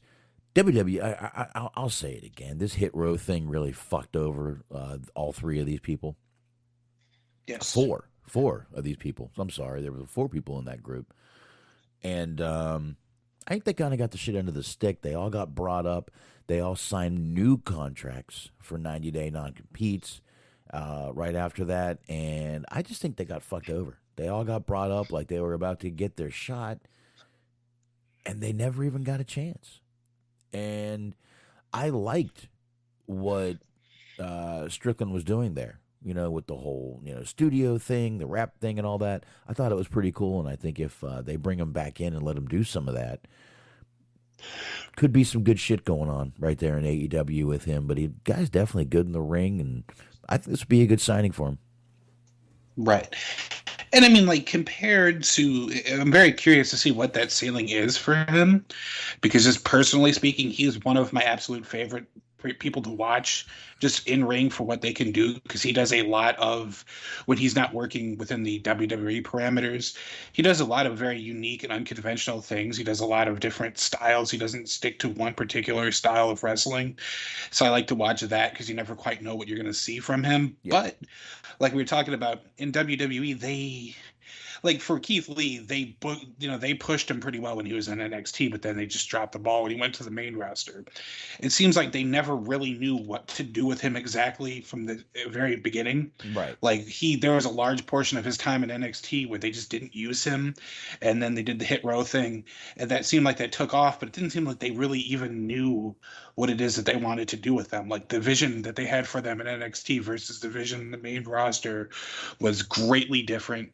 And then, of course, like you said, like, you know, we were reading, like you had said, they were not a stable for very long until they ended up releasing everybody. So he never really had a chance to kind of prove what it was that he could do, and it didn't seem like the crowd, he really had a good sample size for the crowd to judge and react to him either. So Yeah, it was. It just seemed like they were doomed from the start. And then, like the week after they, the week or two after they, they got rid of BFAB right away. Well, yeah, she had she had that match with Alexa Lopez, Right? And a lot of people did not like it. And then it seemed like that was just like the nail in the coffin. She just didn't recover from it. But after that match, she got called up. Yeah, she did end up ultimately getting called up after the fact, so it didn't seem like that was a big deal to the executives. But who knows? Who knows what happened? And then it seemed like I guess they stuck up for her, and that was part of what ended up sealing their fate. Was they're like, we're not happy about the fact that you fired our stablemate. Yeah, and then bam, fuck it, you're all gone. And so we'll get rid of all of you then. Yeah. Anyway, I think that'll be a good sign for AEW if that's true, and if they do have him signed, I got no issues with that. I think that'll be a good thing right there. Real quick, didn't watch Elimination Chamber from Saudi, but I did see, and I'm happy that Riddick Moss can still walk after what happened with him and Drew McIntyre's mark. Did you see that? Yes, he got dropped square on his head. Yeah, Drew McIntyre with the Alabama Slammer, and it looked like the release might have been a little early, and it also looked like Riddick didn't tuck his head enough, and he landed compressing his neck. It did not look good. Somehow he finished the match. I don't care. Even Drew was like, I want to see if he's okay. I did watch that, and the fact that he's walking and says he's okay. Wow. That would have killed some guys. Honest to God, that looked like it could have killed someone. That would have broke some people's necks easily, and he should be lucky he's walking. They used to say that. Remember, Jeff Hardy used to talk about a bump card. Yeah. I think that might be 2 notches out of the bump card. Not 1, that's 2. Oh, for sure. Yeah, that's 2 punches out of the old bump card right there. So. Oh, and I guess since we're talking about injuries real quick, I don't even remember the exact extent of the injury, but apparently Bobby Lashley's going to be out for 4 months, I believe it was. Yeah, but he's definitely going to be missing WrestleMania. He was injured prior to Elimination Chamber, then they used an angle during the Elimination Chamber to kind of write him off of television. So, yeah, and he never even got to wrestle in the match. So, by proxy, you knew there was going to be a new champion, which is Brock Lesnar. That's fine. And Bianca Belair won the women's match, which I think was a great thing. I think she deserves it. And that's going to be good stuff right there. She deserved a run. I think it'll be a good thing right there for her. Talented, beautiful, charismatic. I don't see why you wouldn't keep the belt on her for a while. Becky's great and all, but I gotta say her character is getting. I mean, she's a female Conor McGregor, and that's it. That's it. That's all I've seen from her. So, anyway, but speaking of some legendary shit, WWE did announce their first inductee into the Hall of Fame coming up in April. And no surprise with it being in Texas, it's Undertaker. That's it. I think that's great. About time. I don't need to see him in the ring anymore. I don't. He can keep doing TikToks and stuff. Yeah, as I say, we definitely need to see him doing more like introductions of rappers. We need to see him more at Pitbull concerts and Flow Rider concerts and whatnot. I would like to see him fucking just like the Undertaker presenting at like the Source Awards. Wait a minute. Over the weekend, we got the American Badass at a Bad Bunny concert. Yeah, that's who I was thinking of when I said Flow Rider, because I remember that he was at somebody's concert, but I forgot who it was. Yeah, we got the American Badass. He came out on his Harley, And he even controlled the lights. He did the old. He did the old fist on the heart thing, and then boom, lights came on. Pretty cool shit. And you know what? This guy has been this character for a very long time. A lot of people have said the character is not too far from the man, which that's fine. But you get older, you just want to start living a little bit of your life. He's married. He's got a kid. He's domesticated Undertaker now. He's just Mark. It's not easy to domesticate an Undertaker, but Michelle made it happen. Good for her. Michelle McCool whipped that motherfucker into shape. We got pussy whipped Undertaker now. Happens to everyone. Happens to the best of us, everybody. She fucking yells at him to take the trash out, and he's walking away, and she yells at him again for rolling his eyes in the back of his head at her.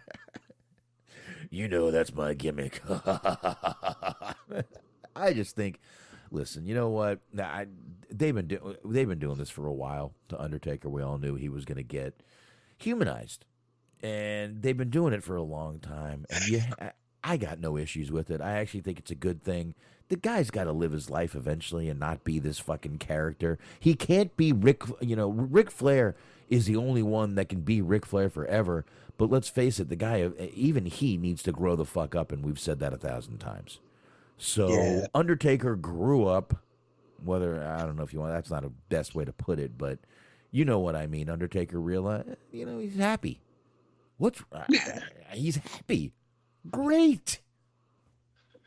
Yeah, he's having the time of his life out here in all these concerts and whatnot. I get what you're saying, though. So he spent a lot of time through a combination of like how he believed to, want to do things and how he was probably told to do things, of just like perpetually staying in character and not really making a lot of public appearances or doing anything that wasn't, approved by WWE firsthand.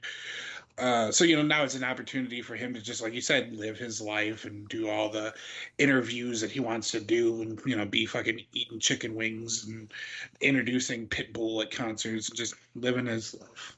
Yeah, I mean, listen, I don't know if he just kind of, maybe he looked at Flair and said, I don't want to be that guy.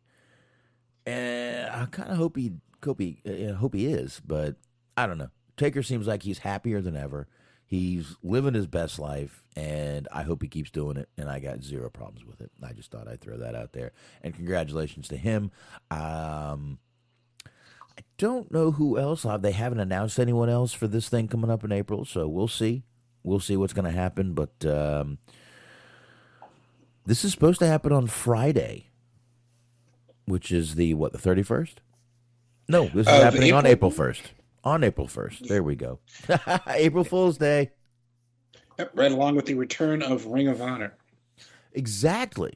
Oh, I hope that actually turns into a joke. But anyway, I mean, we've had so many years of Taker, and just been living the gimmick so long. Good for him on living his life. So, all right. That's all I've got on that.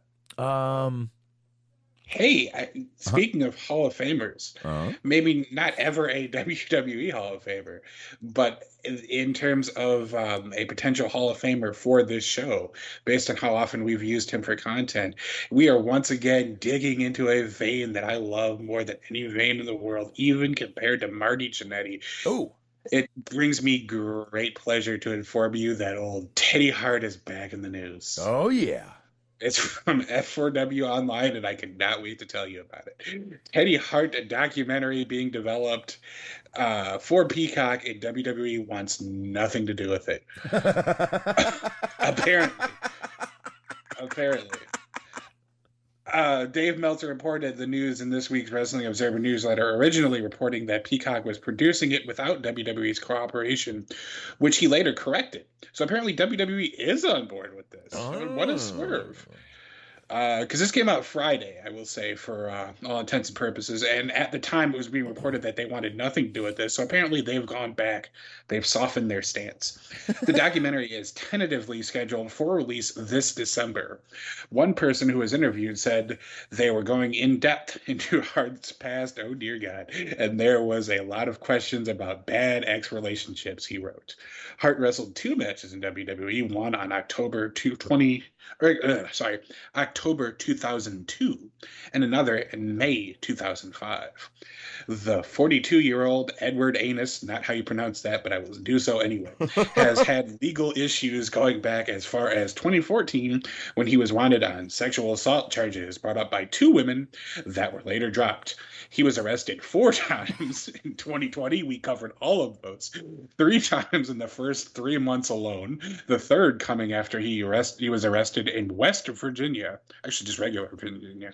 He was arrested in Virginia for strangulation, resulting in bodily harm. In February that year, he was arrested for possession of a Schedule II controlled substance with intent to distribute, and was then arrested several weeks later for violation of his house arrest. In October 2020, he was arrested in Texas and charged with injuring a disabled person, classy man, evading arrest, and being in possession of a controlled substance. He was then arrested in February 2021 on the same charges, but in Virginia.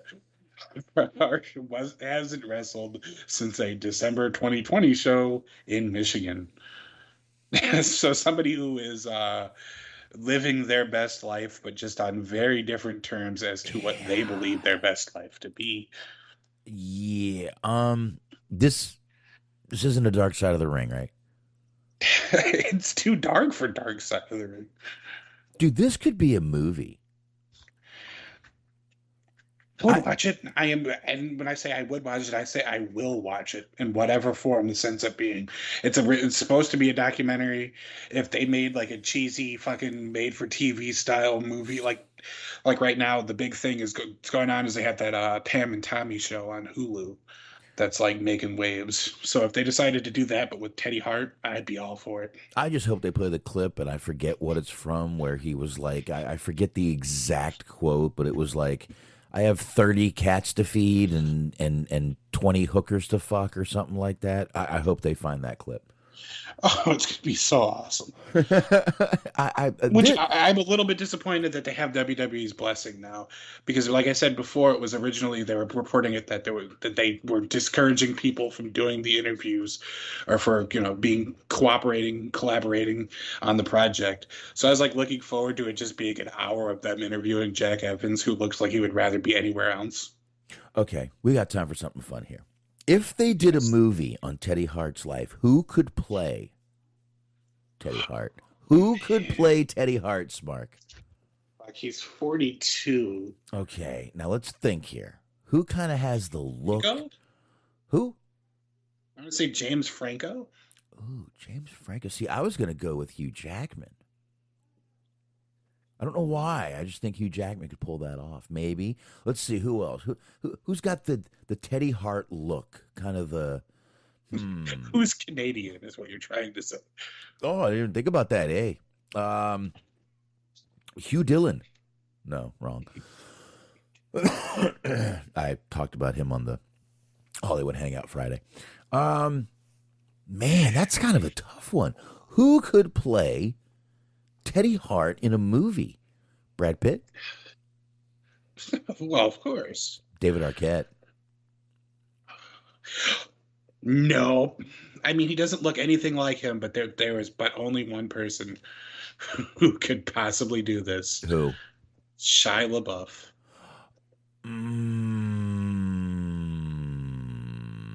Or if we want to get really abstract with it, fucking Nick Cage. Oh, Nick Cage is old now, though, man. He, like I said, he wouldn't look anything like Teddy Hart, but I mean, if we're looking for somebody who could look like Teddy Hart, Shia LaBeouf. Man, I mean, if we went back, we could find some. I mean, you could always get Stallone. Mm-hmm. I mean, I'm fine with that right now. Fucking Stallone or Samuel L. Jackson, as his character in Pulp Fiction, just yelling everything that Teddy Hart has ever said. I mean, I don't know what's going on. I'm sitting here. I got I got fucking 30 cats to feed and 20 hookers to fuck. I don't know what's going on. Oh, I got scared there for a second. It sounded like he was having a medical emergency. No, he's got to yell. You know, still on. Yeah. It's like when you do the Schwarzenegger, you got Which actually, the 20 cats to feed, 40 hookers to fuck, Oh, kind of okay. does sound like something that Schwarzenegger might say. Grab her by grab her, pull her down. Make her blow you. That's what I do. Yeah. Get to the chopper. See if anybody else has idea. Oh, no, I was hoping that might be suggestions in chat, but no. It seems like everyone's kind of saying AEW was a little bit boring tonight. Surprising, because I quite enjoyed the show, but yeah, I don't know. I would love to see a fucking made-for-TV movie about Teddy Hart, but I will settle for a documentary as well. Yeah, we'll see what happens, but we need to find someone who can play Teddy Hart. If you guys have any actors that could do that, drop it in the old Facebook, drop it in YouTube. We'll find the comment. Don't worry about it. I mean, fuck. Why? I guess just have Teddy Hart be Teddy Hart. That might just be the simplest way to go. No, you can't do that. No. It's got to be someone playing Teddy Hart. I like the idea of him just like not being able to follow the script of things he actually said. At this point, I'm bringing in Mickey Rourke. Mickey Rourke as Teddy Hart. I fucking love it right now. Yeah, Mickey Rourke works. Yep. Maybe just in terms of like a spiritual successor, Charlie Sheen, but like he's gonna have to get back into coke. Maybe Seth Rogen. Yeah. Maybe Joe Rogan. I know it's not good to bring. Down for that. I know it's not good to bring up Joe Rogan right now, but Mark Wahlberg, good one, Sasha, and Jinder Mahal, go fuck yourself, Sasha Baron I Corbin. actually would pay a fucking subscription service fee to hear Teddy Hart on Joe Rogan's podcast. Oh shit, Mark Wahlberg. I can see Mark Wahlberg doing that. Huh? What? That's my Mark Wahlberg. All right. That's him in every movie right there. It's freaking Transformers. That was him in Transformers and every other movie you can think of. Huh? What? Hey, that man got to live the dream. Because he was in that one movie where he was like pseudo fingering fucking Eva Mendes. And he was like kissing on her nipples and shit. Like, God bless him. Like, anything else he's done after that was just a drop in the bucket. It was a bonus. And he was in Boogie Nights. Let's not forget. That is true. He got to mess around with, Heather Graham. Ooh, Heather. Ooh, Sasha says Tobey Maguire. Not jacked enough, not crazy enough. No, Toby couldn't do it. No. I want some washed up old actor like Mickey Rourke. Just some washed up nut job. I think Mickey Rourke's good. Oh my God, what is his fucking name? Gary Busey. Oh, look at him Doesn't look now. anything like him, but I mean, Gary Busey has some serious Teddy Hart energy. I mean, I'm down with Gary Busey, but he's pretty busy on his pet court show right now. I swear to God, I thought you were going to be like, he's busy screaming at the moon.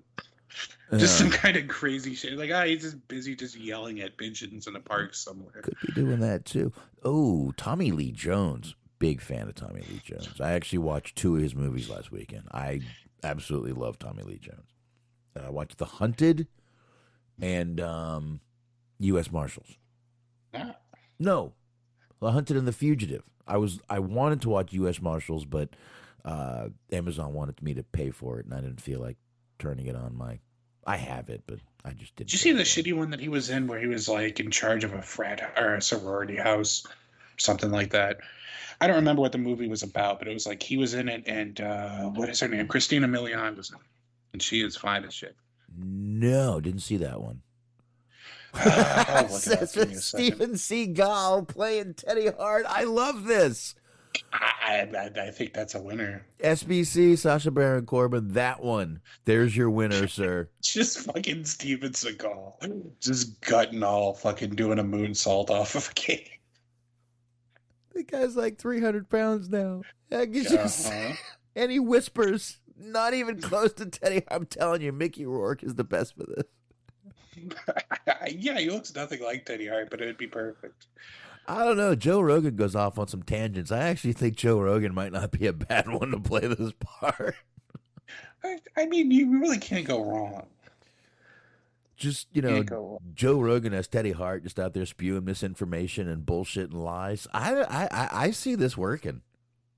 All right, the movie I was thinking of was Man of the House. Oh, A no. Texas Ranger must protect a group of cheerleaders who have witnessed a murder. That's either on Hulu or Netflix right now, and I just skipped right past it. It's on HBO Max right now. Oh, there you go. There you go. I skipped right past that. Yeah, it's not great. No. Let's see. Oh, no. You don't have to do this, Mark. 5.4 on IMDb at the moment. Ooh, out of 10. They're still Okay. doing the 10 scale. All right. That's probably about what it's worth. Anywho, let's get into this AEW Dynamite since our chat room is saying how boring it is. No, Baron Corbin is not going to... I'm not even getting into this anymore. I'm done. My God, I'm going to start telling Tony Khan to shut the fuck up, and we're not even talking about Tony Khan. Fucking Tony Khan. Fucking Tony Khan. Shut the fuck up. We should just make that the name of the show. Shut the fuck up. I don't want to offend anybody, though, so we won't do that. I feel like the name of the show should just be Coffin, but spelled like casket style coffin, COFFIN. I've been all right since. I don't know why, but suddenly it just went away. Do the same thing I was doing before. I'm just drinking beer faster. You're just like shutting down your nervous system. I'm Or just something. trying to keep my throat wet I'm with too beer. drunk to realize that I need to cough. Oh, I'm only on. This is only the fourth beer. I'm not even close to fucking drunk. I'm drinking Keystone Light. It's like water. Hanging out with Keith Stone. Do you remember that? Yes, I do. They had a match. He was on fucking Raw, actually. He was. And do you know how many of these back when for a while there, Bush was doing this camouflage can. You know how many 30 packs I went through looking for that motherfucker? That just sounds gloriously redneck. I'm just like a fucking camouflage can. I always wondered. I bought it to try to find it. I never found the motherfucker. Keystone was actually doing it. I'm sorry. It was, and they had an orange can at one time. I never found it. My brother-in-law did. It's because he drinks a 30 pack in a day. It's like a fucking alcoholic Willy Wonka in the Chocolate Factory. Instead of a golden ticket, you're looking for a camouflage can. Looking for a golden can. Oh, right. AEW Dynamite. Hold on a second. What? I don't remember any Irish people being in Willy Wonka and the Chocolate Factory. Why did you make Charlie a leprechaun? I don't know. I couldn't let that pass by. I had to do some investigating on that one. I don't know. All right, we can move on. I was curious. I'm bad at accents. We'll go with that. Maybe. Yeah, it works. All right, I'll just say that. I do call the little one guy at work a leprechaun. I can imagine that that's still like politically correct, but I'm all about it. Well, he's Mexican, so if I call him a leprechaun, it's okay. Oh, well, this has layers now. Nah, Yeah, he laughs at it. The thing is, when he gets on the forklift, he moves the seat up, and I sit in it, and I'm like, God damn it, the leprechaun was on here, and it's just a joke going around. He laughs. It's funny. We have a good time at work. Well, there you go. Yeah. People can still make jokes and have good times. I don't know if anyone knows that out there. You can still make jokes to people. Josh Baron Corbin, we're done with this. Howie Mandel is not playing. That's a hell of a suggestion. Howard Stern, no. As Teddy Hart. He's just blowing up gloves. Howard Stern out there playing him too. How about that? Everybody. Actually, I don't know. Like Howie Mandel is way too much of a germaphobe to be doing anything that Teddy Hart has done. Actually, that's a good idea. Teddy Long as Teddy Hart. That's more offensive than calling a Mexican a leprechaun. But anyway. All Teddys. Teddy Roosevelt. Ted Turner. Mm-hmm. All right. For the third time, AEW Dynamite. Yes. Trying to get back on that fucking railroad track. All right, so it looks like I'm not gonna lie, I kind of fell asleep and started this a little bit late. My wife didn't wake me up, but my daughter did, luckily, at 7:03. And I believe this started with the tag team battle royal. I don't think I missed anything, right? No, that was the opening match. Yeah. Okay, they were all in the rings. That's usually how it starts. Okay, wanted to make sure. It really wasn't a bad battle royal. These battle royals on AEW just are clusterfucks. It was the tag team battle royal for the number one contender, and if you got kicked, if you got thrown out, you were still in. As long as one of your team was in, you were still in. It wasn't that bad, Smark. What'd you think? I see battle royals are always a guilty pleasure of mine because you never get any actual good wrestling necessarily, in the sense that you can't look back at a battle royal and think of a series of moves that were particularly captivating. You could look back and there's a couple of cool eliminations.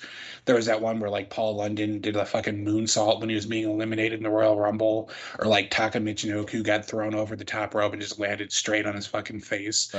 So there was you could look back at a couple of memorable eliminations, but in terms of actual memorable matches, it being particularly good in-ring wrestling, not the case. But like you said, it's usually a clusterfuck, and I enjoyed that. So I enjoyed it. The only really thing that they did was they did have something that I am immensely tired of, mainly because of WWE using it to death. But so that's not necessarily fair to them. But I hate in battle royals where somebody gets eliminated and then eliminates somebody else. I don't think that should be allowed to happen, and that happened tonight. Bobby Fish got eliminated, and I forget who he himself eliminated after the fact, but after he was eliminated, he eliminated somebody else. Yeah, I'm trying to think back. He did eliminate someone else, and I can't think of it either, but I bet our chat room will pop it up in a minute who he eliminated. He did eliminate somebody, and it was right at the end there. I want to say it was one of the Young Bucks, but I think it was. I think it might have been. No, it wasn't. It was Santana. Okay. Was it Santana or Ortiz? Or Ortiz. It was Santana, I believe. No, it was Santana that was the last one of Santana and Ortiz to be in the Rumble. Oh, okay. SBC is saying it was the bald guy from the Revival, which I believe is Dax, right? Yeah. Hardwood. Yeah, Dax Hardwood. Oh, God. Anyway. It was good to see the Butcher back, by the way. Yeah. Been out for a while, came back looking a little gray in the beard. Vince would make him dye that shit. Just look at Tommaso Ciampa. The end of the match was actually not bad. It came down to O'Reilly and the Young Bucks and John Silver. Well, one of the Young Bucks, O'Reilly, one of the Young Bucks, John Silver, and Ortiz was the last four, right? Mm-hmm. O'Reilly, after they got out Ortiz and it was down to the last three, O'Reilly fakes like his shoulders hurt. He can't throw out John Silver. So I believe it was, is that Matt Jackson? Is that who that is? I think so. I think so. He kind of tricks Matt into throwing him out. And as soon as he goes to throw him out, O'Reilly sneaks in, throws him out too, wins the match. Then Hangman comes out, starts taking out Red Dragon. They did jump him a few weeks ago when last week when Cole walked away. Cole comes down, and Hangman basically just made a fool of all these guys, and then sat there and told us a story about Adam Cole. Yes, a story. It was story time with Hangman. And I will just make sure I was looking at the rundown, and it was indeed Matt Jackson. Okay, good. I don't know why I can't tell them apart. They don't look that much alike. They're not twins or anything. I just forget. I can't either. And this happens apparently because I was watching that Warrior Wrestling show that we talked about last week. Right. The Briscoes were on that, and one of the commentators had a hard time telling which Briscoe was which. And I've never had that problem, but I can never tell which Young Buck is which. Yeah, I don't know. It's weird that it happens, but I don't know. I mean, one of them even has different colored hair at this point. You're right. So it's like I just can't fucking for the life of me tell them apart. Yeah, there we go. SBC says Matt has the black hair. There we go. That's fine. Now I know. Maybe I'll remember it that way. As soon as he changes his hair, I'm going to be very upset.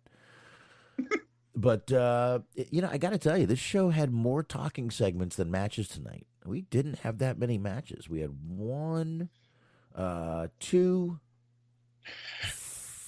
3, 4, 5. That's it. 5 matches. According to SPC, Matt is uglier, so that should help you remember too. Oh, okay. I don't look at them for their looks. I'm not trying to judge if they're hot or not. You're not into objectifying wrestlers. I understand you are a journalist. I'm not playing pound or pass with these guys. No. No, just not my style. SBC, whatever you do is up to you, my man. It's all good, brother. Anyway, let's go to a little backstage segment after that match. We had Bryan Danielson backstage with Tony Schiavone. He's talking about how Daniel Garcia kind of reminds him of, him at a younger age. And Bryan says, well, after he goes out there, he's gonna answer Moxley tonight too, which was the main event. We'll hear that in a little while. Now MJF came out. Yes. Now this was pretty cool. Now he's still looking upset. Remember last week he just walked away from Punk. He was speechless. MJF was speechless last week. He still came out looking upset that Punk picked that dog collar match. And MJF came out here tonight, and he cut a pretty good babyface promo. Yes. He did. He really did. Now I know it was all a bullshit babyface promo, but it was still a damn good promo. Talked about his ADD in school, being bullied. And this was not a short promo. This was a good almost 10 minutes, I think. Yeah. Yeah. This was... I don't know if it was... I mean, they kind of leave it open-ended as to whether or not it's bullshit, and I guess we'll get to whether or not it was, like, it'll play out in the next week or so, because they only have another week left before the pay-per-view. Right. So we'll see. I mean, it's interesting because, like you said, he talked about he has extreme ADD. He said he was like super big case of ADD when he was in school, and it made him very hard for him to focus. He wasn't really good at any of the topics, any of the subjects that they offered. But he ended up making it onto the football team, and he pointed out he was like the only Jewish kid on the football team, and he said that he thought it was going to be his opportunity to be accepted. But apparently a couple of his teammates, I think he was saying, or just kids in general, ended up pelting him with quarters, not nickels, but quarters. And he said they basically just, as it would, it fucking destroyed his day. And he just spent like the entire day when he got home just fucking crying and just hating that he was different from everybody else. But then he started smiling because it was his opportunity to meet his hero that night too, because he was going to get to meet CM Punk and how, like he was going to stick up for himself, how CM Punk would, and how he was just going to use, follow the example that CM Punk set in order to, live his life. And then basically him just going on to say that, when he needed him the most a couple of years later, Punk ended up disappearing. So he didn't have a hero. He didn't have anything left to believe in, and just kind of. And I mean, he really, whether true or not, right, he sold the living shit out of it. He was genuine, like tears were going, and it was honestly. And I mean, there's a lot to draw from, but it was maybe the best promo he's ever done. Like it was a fucking intense promo, real or not. Yeah, I can't disagree with that at all. I definitely think it was. It was really good, and you're right. It was. I mean, everything he said was very intense, and I mean, it even got Punk to come down in his Save Ferris shirt. Mm-hmm. And he gets in the ring and he looks at MJF, and he only said 3 words: "Is that real?" Yeah, and he had the look of concern. MJF, the guy he is, just kind of looks at Punk and goes under the ropes and walks away. I thought this was all well done. I really, and I'm sorry, the fact that Punk didn't get on the mic and try to come back at that, I think actually made it a little more powerful of a promo for MJF. See, like, yeah, and I would agree with that for sure too. But like, my thing is like, how do you handle this moving forward? Because it seemed like it painted him in a very sympathetic light. And if that is, of course, all a strategy to sort of gain the upper hand going into their match, and that's how they end up playing it, like, how do you reveal that was all bullshit? And then, like, I don't know, like the thing that like I don't know, like you would be more qualified to kind of speak on this than I would, I guess, but you kind of used ADD and you kind of used anti-Semitism as sort of like if it's going to end up being a trick or a ploy, that seems kind of not great. But it's like, so how do you play this so it doesn't look like you're like using serious issues, anti-Semitism more so than ADHD, but using that to gain heat like doesn't seem great.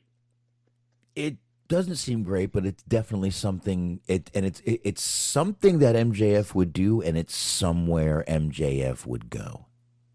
Yeah, I mean, I guess the fact that he is indeed actually for real Jewish makes it, I guess, True. Better. Yeah, most definitely. I mean, listen, even back when I was in school, I mean, I got tortured, and especially in my private school. I got beat up simply for being Jewish. I mean, I got kicked in the balls so hard one day. I said this before. I got kicked in the balls so hard. I had to be rushed to the hospital from school. From private school. Private school. I went there one year. That was it. That almost seems like that'd be a worse environment to be in some regards. Because it's like it's people that are specifically being raised in a manner that kind of makes them better than other people because they have certain advantages that other people don't have. Yeah, I've been thrown against lockers and everything, which is why, 7th and 8th grade, when I went back into 8th grade, that's when I started doing martial arts. So. Right. I mean, honestly, the first match I ever saw of his, and I mean, he ultimately turned out to be not a terribly great person, but the first match I saw of David Starr was in CZW, and people, well, not people, but like one guy in particular was throwing quarters at him when he came out. So it's just like, ugh. Listen, like, it's very much still a thing. Yeah, and listen, I may not like David Starr. I think he's kind of, it's been proven he's a piece of shit. Yeah. I always thought he was. It doesn't matter to me what he is. The fact that he's Jewish means nothing. But throwing pennies at him, and I know even when back in the THT days when Shaheen was on, he was telling me that story. They threw pennies at him at a CZW show. I don't find that right. I don't care if I like you or not. That's fucked up. I mean, listen, Leo Rush got hurt, and I wish him a speedy recovery. I don't care if I like you or not. I don't want to see anybody get hurt or get made fun of or anti-Semitism.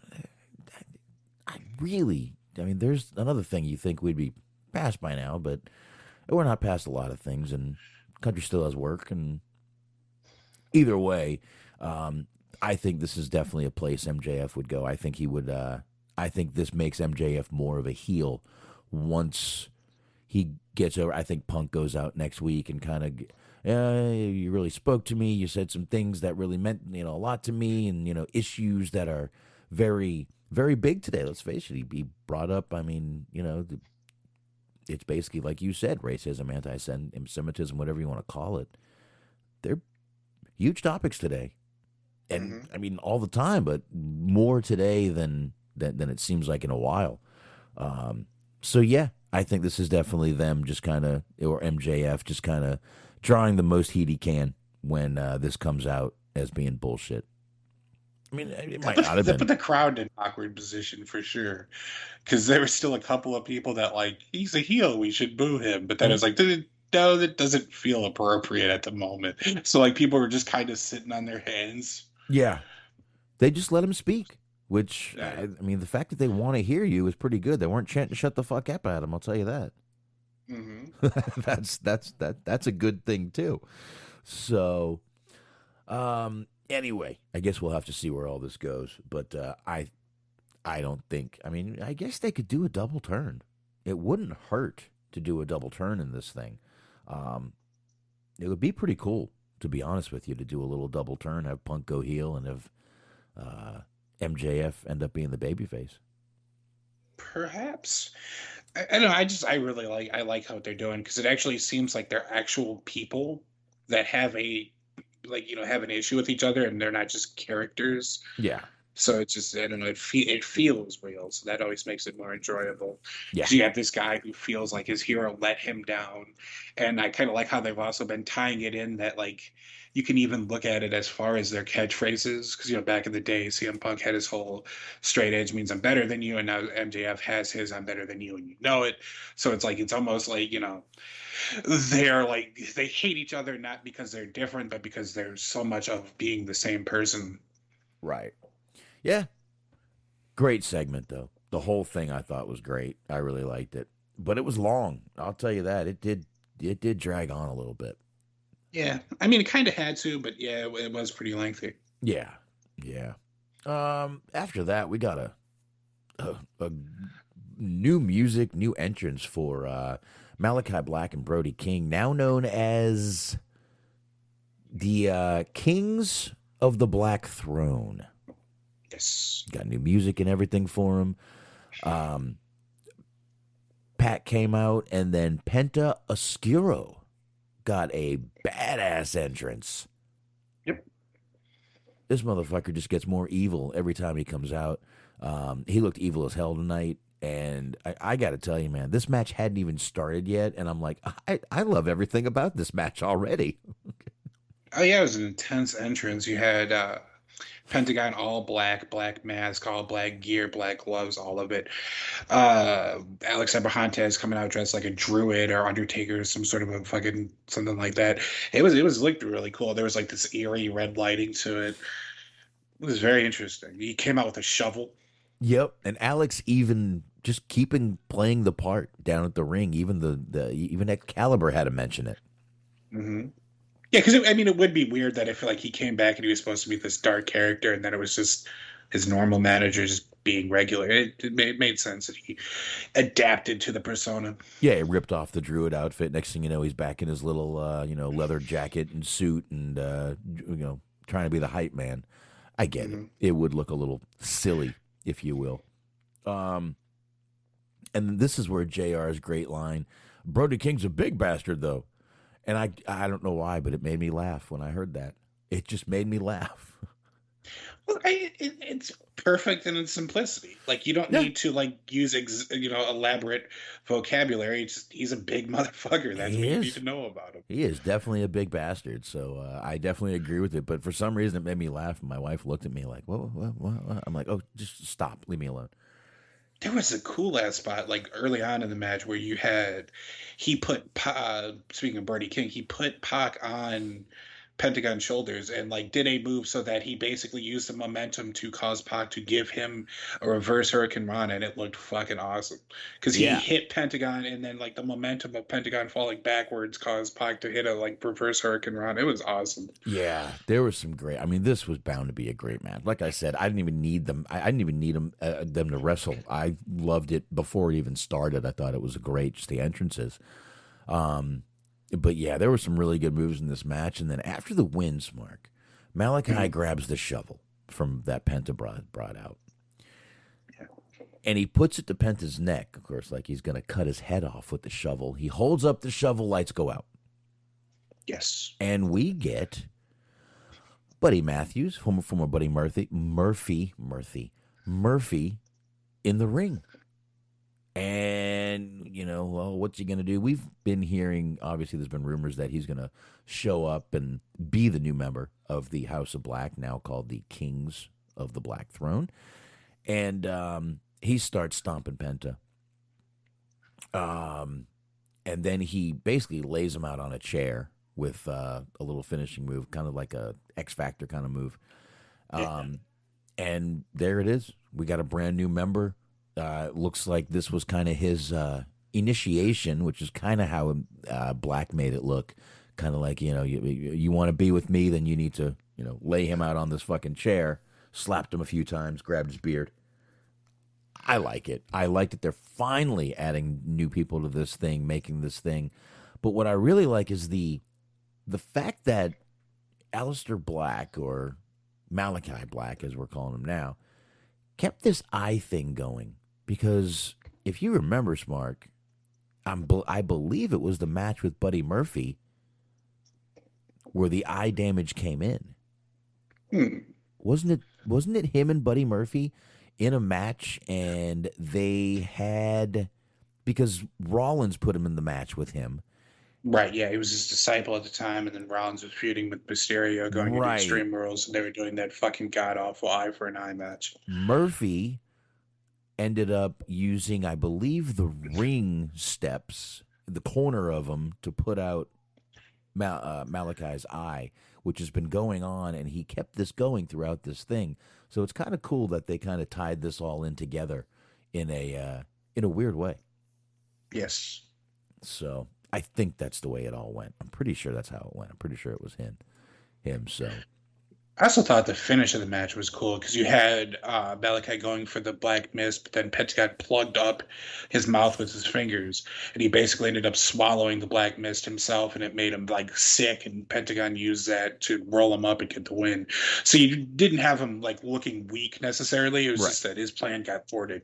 It's like he didn't look bad. He just backfired. His strategy backfired, and that's why he lost. So like everybody looked good because you still had Pac and Pentagon winning, but then you had Black and his crew getting the post-match beatdown and looking like total badasses. So everybody looked good. yeah, I definitely agree with that. But I just thought this was a great segment. So I don't know. I mean, AEW might have been a little bit boring tonight because there were not many matches, a lot of talking segments, but I mean, so far I think it hasn't been a bad show. And I got to tell you, this next segment with Kingston and Jericho, I thought was great. First of all, I thought Eddie Kingston was on fire this whole segment. I actually thought he buried Jericho on the mic a few times. I loved it. I really did. Kingston comes out, security's in the ring, Jericho strolls out, crowd singing his song. Kingston wasted no time at all, just going full New Yorker, Mark. I mean, he just went full, I don't give a fuck New Yorker, and I fucking thought this whole thing was awesome. I love the jab he made at Jericho. He's like, why don't you walk down the block? They were in Connecticut tonight. I just my personal favorite line: Jericho asking him if he knows what achievemophobia means, and Kingston saying, "No, I have a GED. Break it down for me." I'm telling you, man, Kingston was on fire tonight. He more than held it with Jericho. And I mean, you got to remember Jericho's first night in WWE. He went one-on-one with The Rock during promos and held his own. Right. So Jericho's known for definitely being able to hold his own in promos. But I thought Kingston was fucking awesome tonight. I just thought he was on fire. I really did. I loved everything he was saying. I paid more attention to Kingston tonight than I did Jericho. I really thought if they were looking to make Kingston the focus of this segment, I think it worked. Yeah, him purposely just like being very anti the security detail that was present in the ring. Him just being like, fuck this, I don't want to talk, I want to fight, let's go. Yeah. I think Kingston was just, like I said, I'll say it one more time. He was on fire tonight on the mic. Just absolutely slaying it. And I thought it was fucking awesome. Yeah, great shit. Great fucking shit. But like I said, a lot of talking segments tonight, and not short talking segments. That MJF Punk segment was long. This was a long segment. Jericho went on and on and on and on about his achievements, and a lot of little backhanded compliments at Kingston. So this was a great back and forth between these two, in my opinion.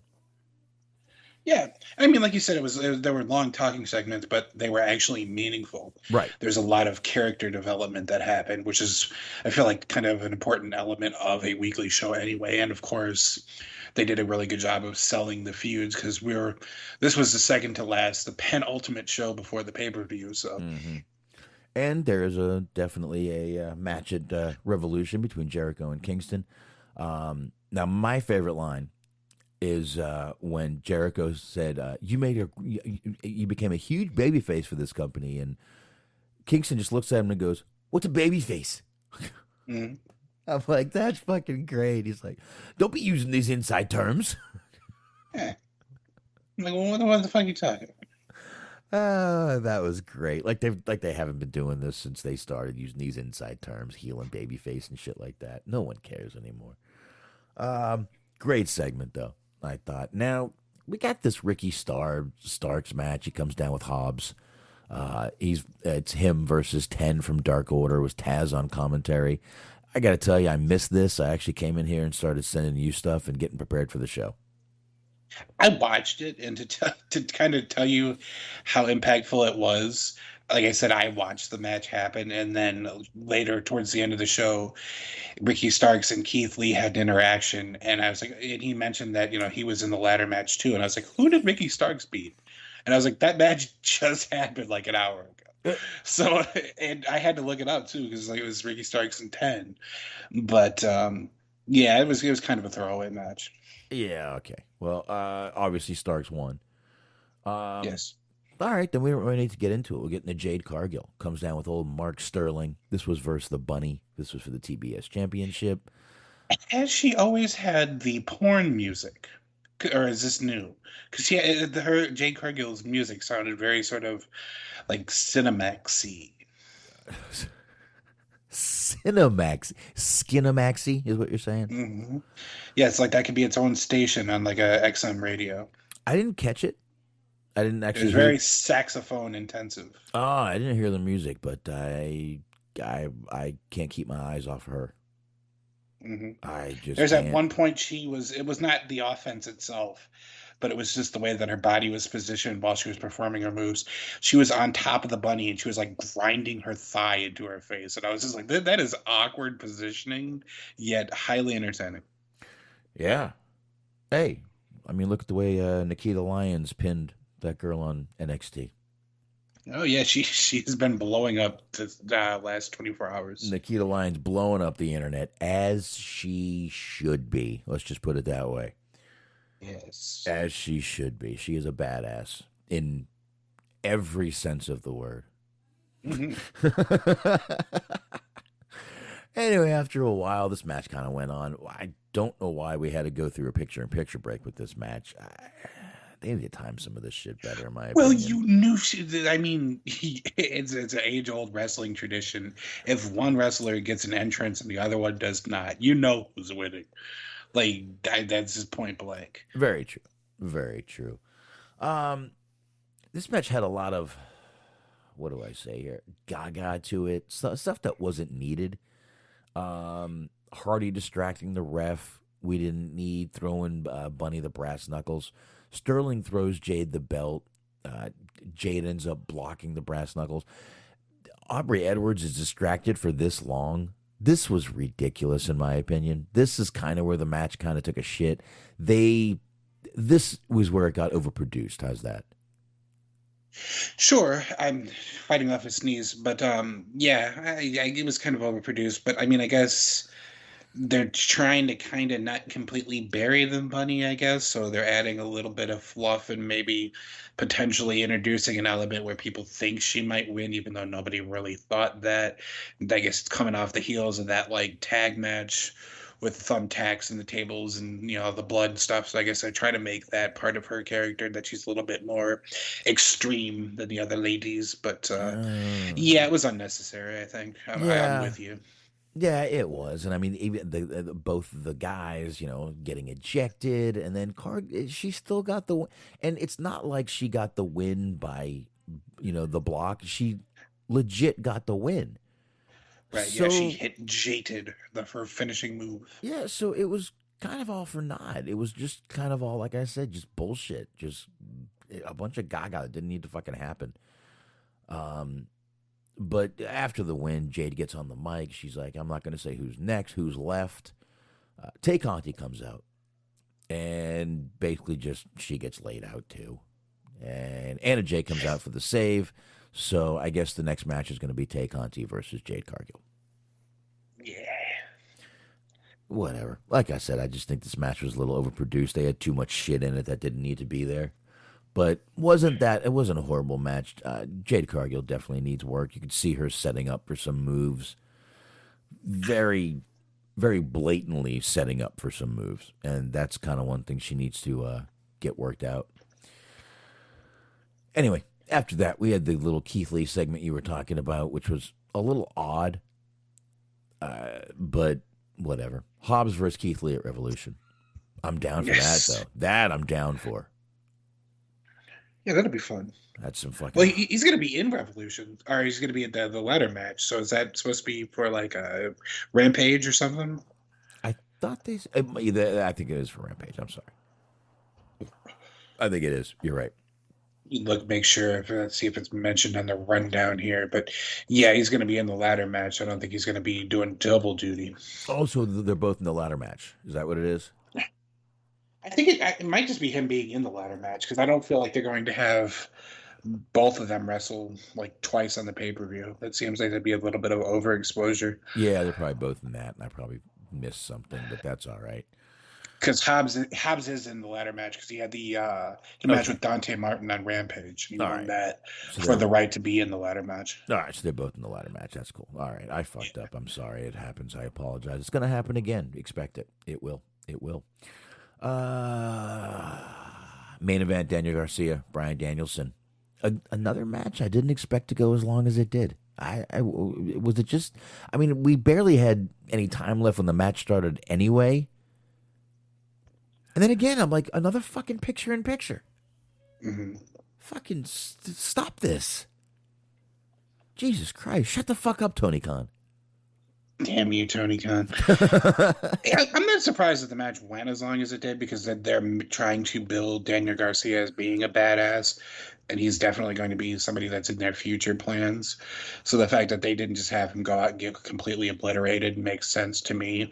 I just kind of wish that they would stop having him lose so much because it seems like he loses an overwhelming majority of his matches. Yeah. Which I guess if they're trying to sell him as being like a young guy and he's like learning from his mistakes or whatever, you know, using the high profile matches that he's had because he's like wrestled Moxley, he's wrestled Danielson and CM Punk and all this shit. If that like provides him with an edge as he, you know, competing with top level competition as he's young and learning from his mistakes and that kind of thing. If that ends up helping him in the long run, I guess if that's the story they're trying to tell, then that's cool. But it just seems like he loses a lot of his matches. And for somebody who's supposed to be kind of a no nonsense badass, it clashes with the character. He's paying his dues, brother. Yeah. Which again, they're having fucking the Acclaimed is going to lose again because Max Caster or Bowens is in a match, a Rampage for a ladder qualifying match, and there's no way in hell he's winning that one either. So it's like, yeah, it's him and Orange Cassidy. I was trying to remember who he was fighting. There you go. But yeah, it's Bowens and Cassidy and Rampage, and Bowens is not winning that. No, probably not. I do like the way though Daniel Bryan is winning these matches against these younger guys. He's sitting in that triangle sleeper and then doing the old double bicep pose. For the win. I think it's pretty cool as they're tapping out. He's doing that. Now, Bryan did say that he's going to answer Moxley, and he gets the mic. He starts telling Garcia that's what he wanted to see. A little violence. 2.0 comes down, starts beating down Bryan. Moxie's music hits, and the JR said the roof's coming off the place. He wasn't lying, dude. That crowd fucking went nuts when that music hit. Moxley came out. He hit the paradigm shift on Garcia. Bryan grabs the mic, and he just the stare down. Not even, they hadn't said a word. And the crowd is chanting, "This is awesome." Mm-hmm. And they had a good little back and forth, too. It wasn't that long. I believe they were running out of time, which is why it wasn't that long. Basically, Daniel Bryan accepts a match. Moxley versus Bryan, Revolution. Hell yes. Yep. Hell yes. This is not. I'm sorry. This is not Dean Ambrose versus Daniel Bryan. Right. No. So don't start comparing it to that. This is Jon Moxley, a different person, in many ways a different person, a sober Jon Moxley, versus Bryan Danielson, who is not the same. Neither one of these guys are their WWE characters. I am definitely 100% down for this shit here, too. Oh, for sure. Yeah, it's going to be a very good match. Yeah, that's going to be a hell of a fucking match. I got to tell you, a lot of these matches on Revolution, looking good. That card is looking fucking stacked. Yep. Like I said, they only got one more week left because the next next Dynamite is going to be the Go Home show, or at least the Go Home edition of Dynamite. So It's we're in the closing of the witching hour, as it were, for them to build the pay-per-view, and I think did a good job with this week's episode. And then next week we'll see how they do it. So it's shaping up to be a pretty good show, like you were saying. Yeah, I think so too. That's it. That's AEW. I had this little. Did you see the video of MJF talking to this little girl and her father? I have seen it come up in like recommended. Yeah, that's a new word. Nice. Recommended videos, but I haven't actually took the time to watch it. So we're going to be doing that together. It's a minute 38 seconds, not a long video. Figured we'd go ahead and end with this real quick. We don't have to talk about it too much. It's just MJF being as the great heel that he is. And this little girl gets it, and her father gets it. You know, he's talking a lot of shit, as MJF does, even when they take the picture at the end and he's got the finger up. The dad gives him the finger back, and it's just, this family gets it. No one's bitching. No one's saying, he was such a dick to my kid. That's his job. And she's giving it to him. He's giving it back. And I just thought it was a cool clip to play. Minute 38 seconds. And we'll get out of here right after that. Let me go ahead and get it going here. Bam. Come on, you can play. Come on. All right, let me go this way then. Give me a second here. I'll still get that pulled up. Go to it's actually off the MJF page. I can play it right off that, right there. Well, she don't like you either. Then why are you wearing my scarf? Because he got it for me and I threw it in the garbage trash. That's you. That's what you sound like. I know. That's what you sound like on the mic. That's what you sound like on the mic. Gobble, gobble. Oh, see, I can do that. There you go. Keep it going. No. I see a future wrestler. Threw the picture on the floor. How old are you? Yeah. I'm 11. Are you aware that your dad made a horrible mistake 11 years ago? Your parents made it. Oh, huge yeah? mistake. Oh, yeah? What's your name? I don't give a shit. How's that? How's that? Or a Fozzie shirt? That's what we're going to wear? In public? A Fozzie shirt. And you wore that scarf in public. What is that supposed to mean? Ugly. It's a beautiful scarf. bet you Anyone got who it thinks for $10. Yeah. If your dad had spent $10 for a condom, he'd be much happier. Trust me. All right, look in the stupid camera. Not done yet. Jesus Christ, Dad. Wait, my accent. They give him like 3 things to If sign. you flip me off, I'm gonna hit you in the face. I'm telling you right I'm now. not scared. I wish you can. Get a picture. All right, let's get our picture with him. We go around and get the picture. Thank you. Sorry about that. Dad's flipping him back. Thanks. Got like a whole toy box? How old are you? Fucking 6? She's more mature than you and I. You should send me that video. Yeah. Just the your dad wishes to spend $10 on a condom. One is way too good. There you go. MJF being MJF, and this family just gets it, dude. I like it. I love it. I love that someone's got the balls to still be a good heel in the business. He just doesn't give a shit. It's kind of a dream job that like you're expected to like berate people. Yeah, and I love that this little girl just gave it back to him. This 11-year-old girl's just giving it right back to him. I mean, so what? They were childish. Oh yeah, that's what you sound like. Yeah, I don't care. She's 11. Yeah, that seems like that would be the only challenge. Is like, how do you make trash talking like child appropriate when like the majority of your like thing is? And I mean, he did go a little bit blue with like, yeah, your dad would have spent $10 on a condom, which I mean that's totally fine. The parent was cool with it, the daughter was cool with it, whatever. By the way, what condoms are $10 each? Ah, Jesus Christ! I'm telling you, he's buying the designer condoms. He's got fucking Prada condoms. It's one of those sheepskin motherfuckers right there. I mean, hey, there are some things that you don't want to go cheap on. I don't blame him. He's buying luxury condoms. Better than luxury condos, right? Mm-hmm. Oh, I mean, shit. if you spend on one, you can eventually get the others. Luxury condoms or condos. That might be a good one right there. Luxury condoms, luxury condoms. Both are extremely expensive, and both really don't always work out for you. No.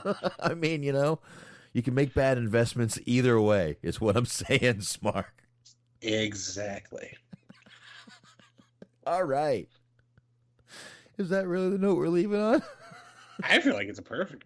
I feel like it might be That's appropriate. life advice right there. You learned them.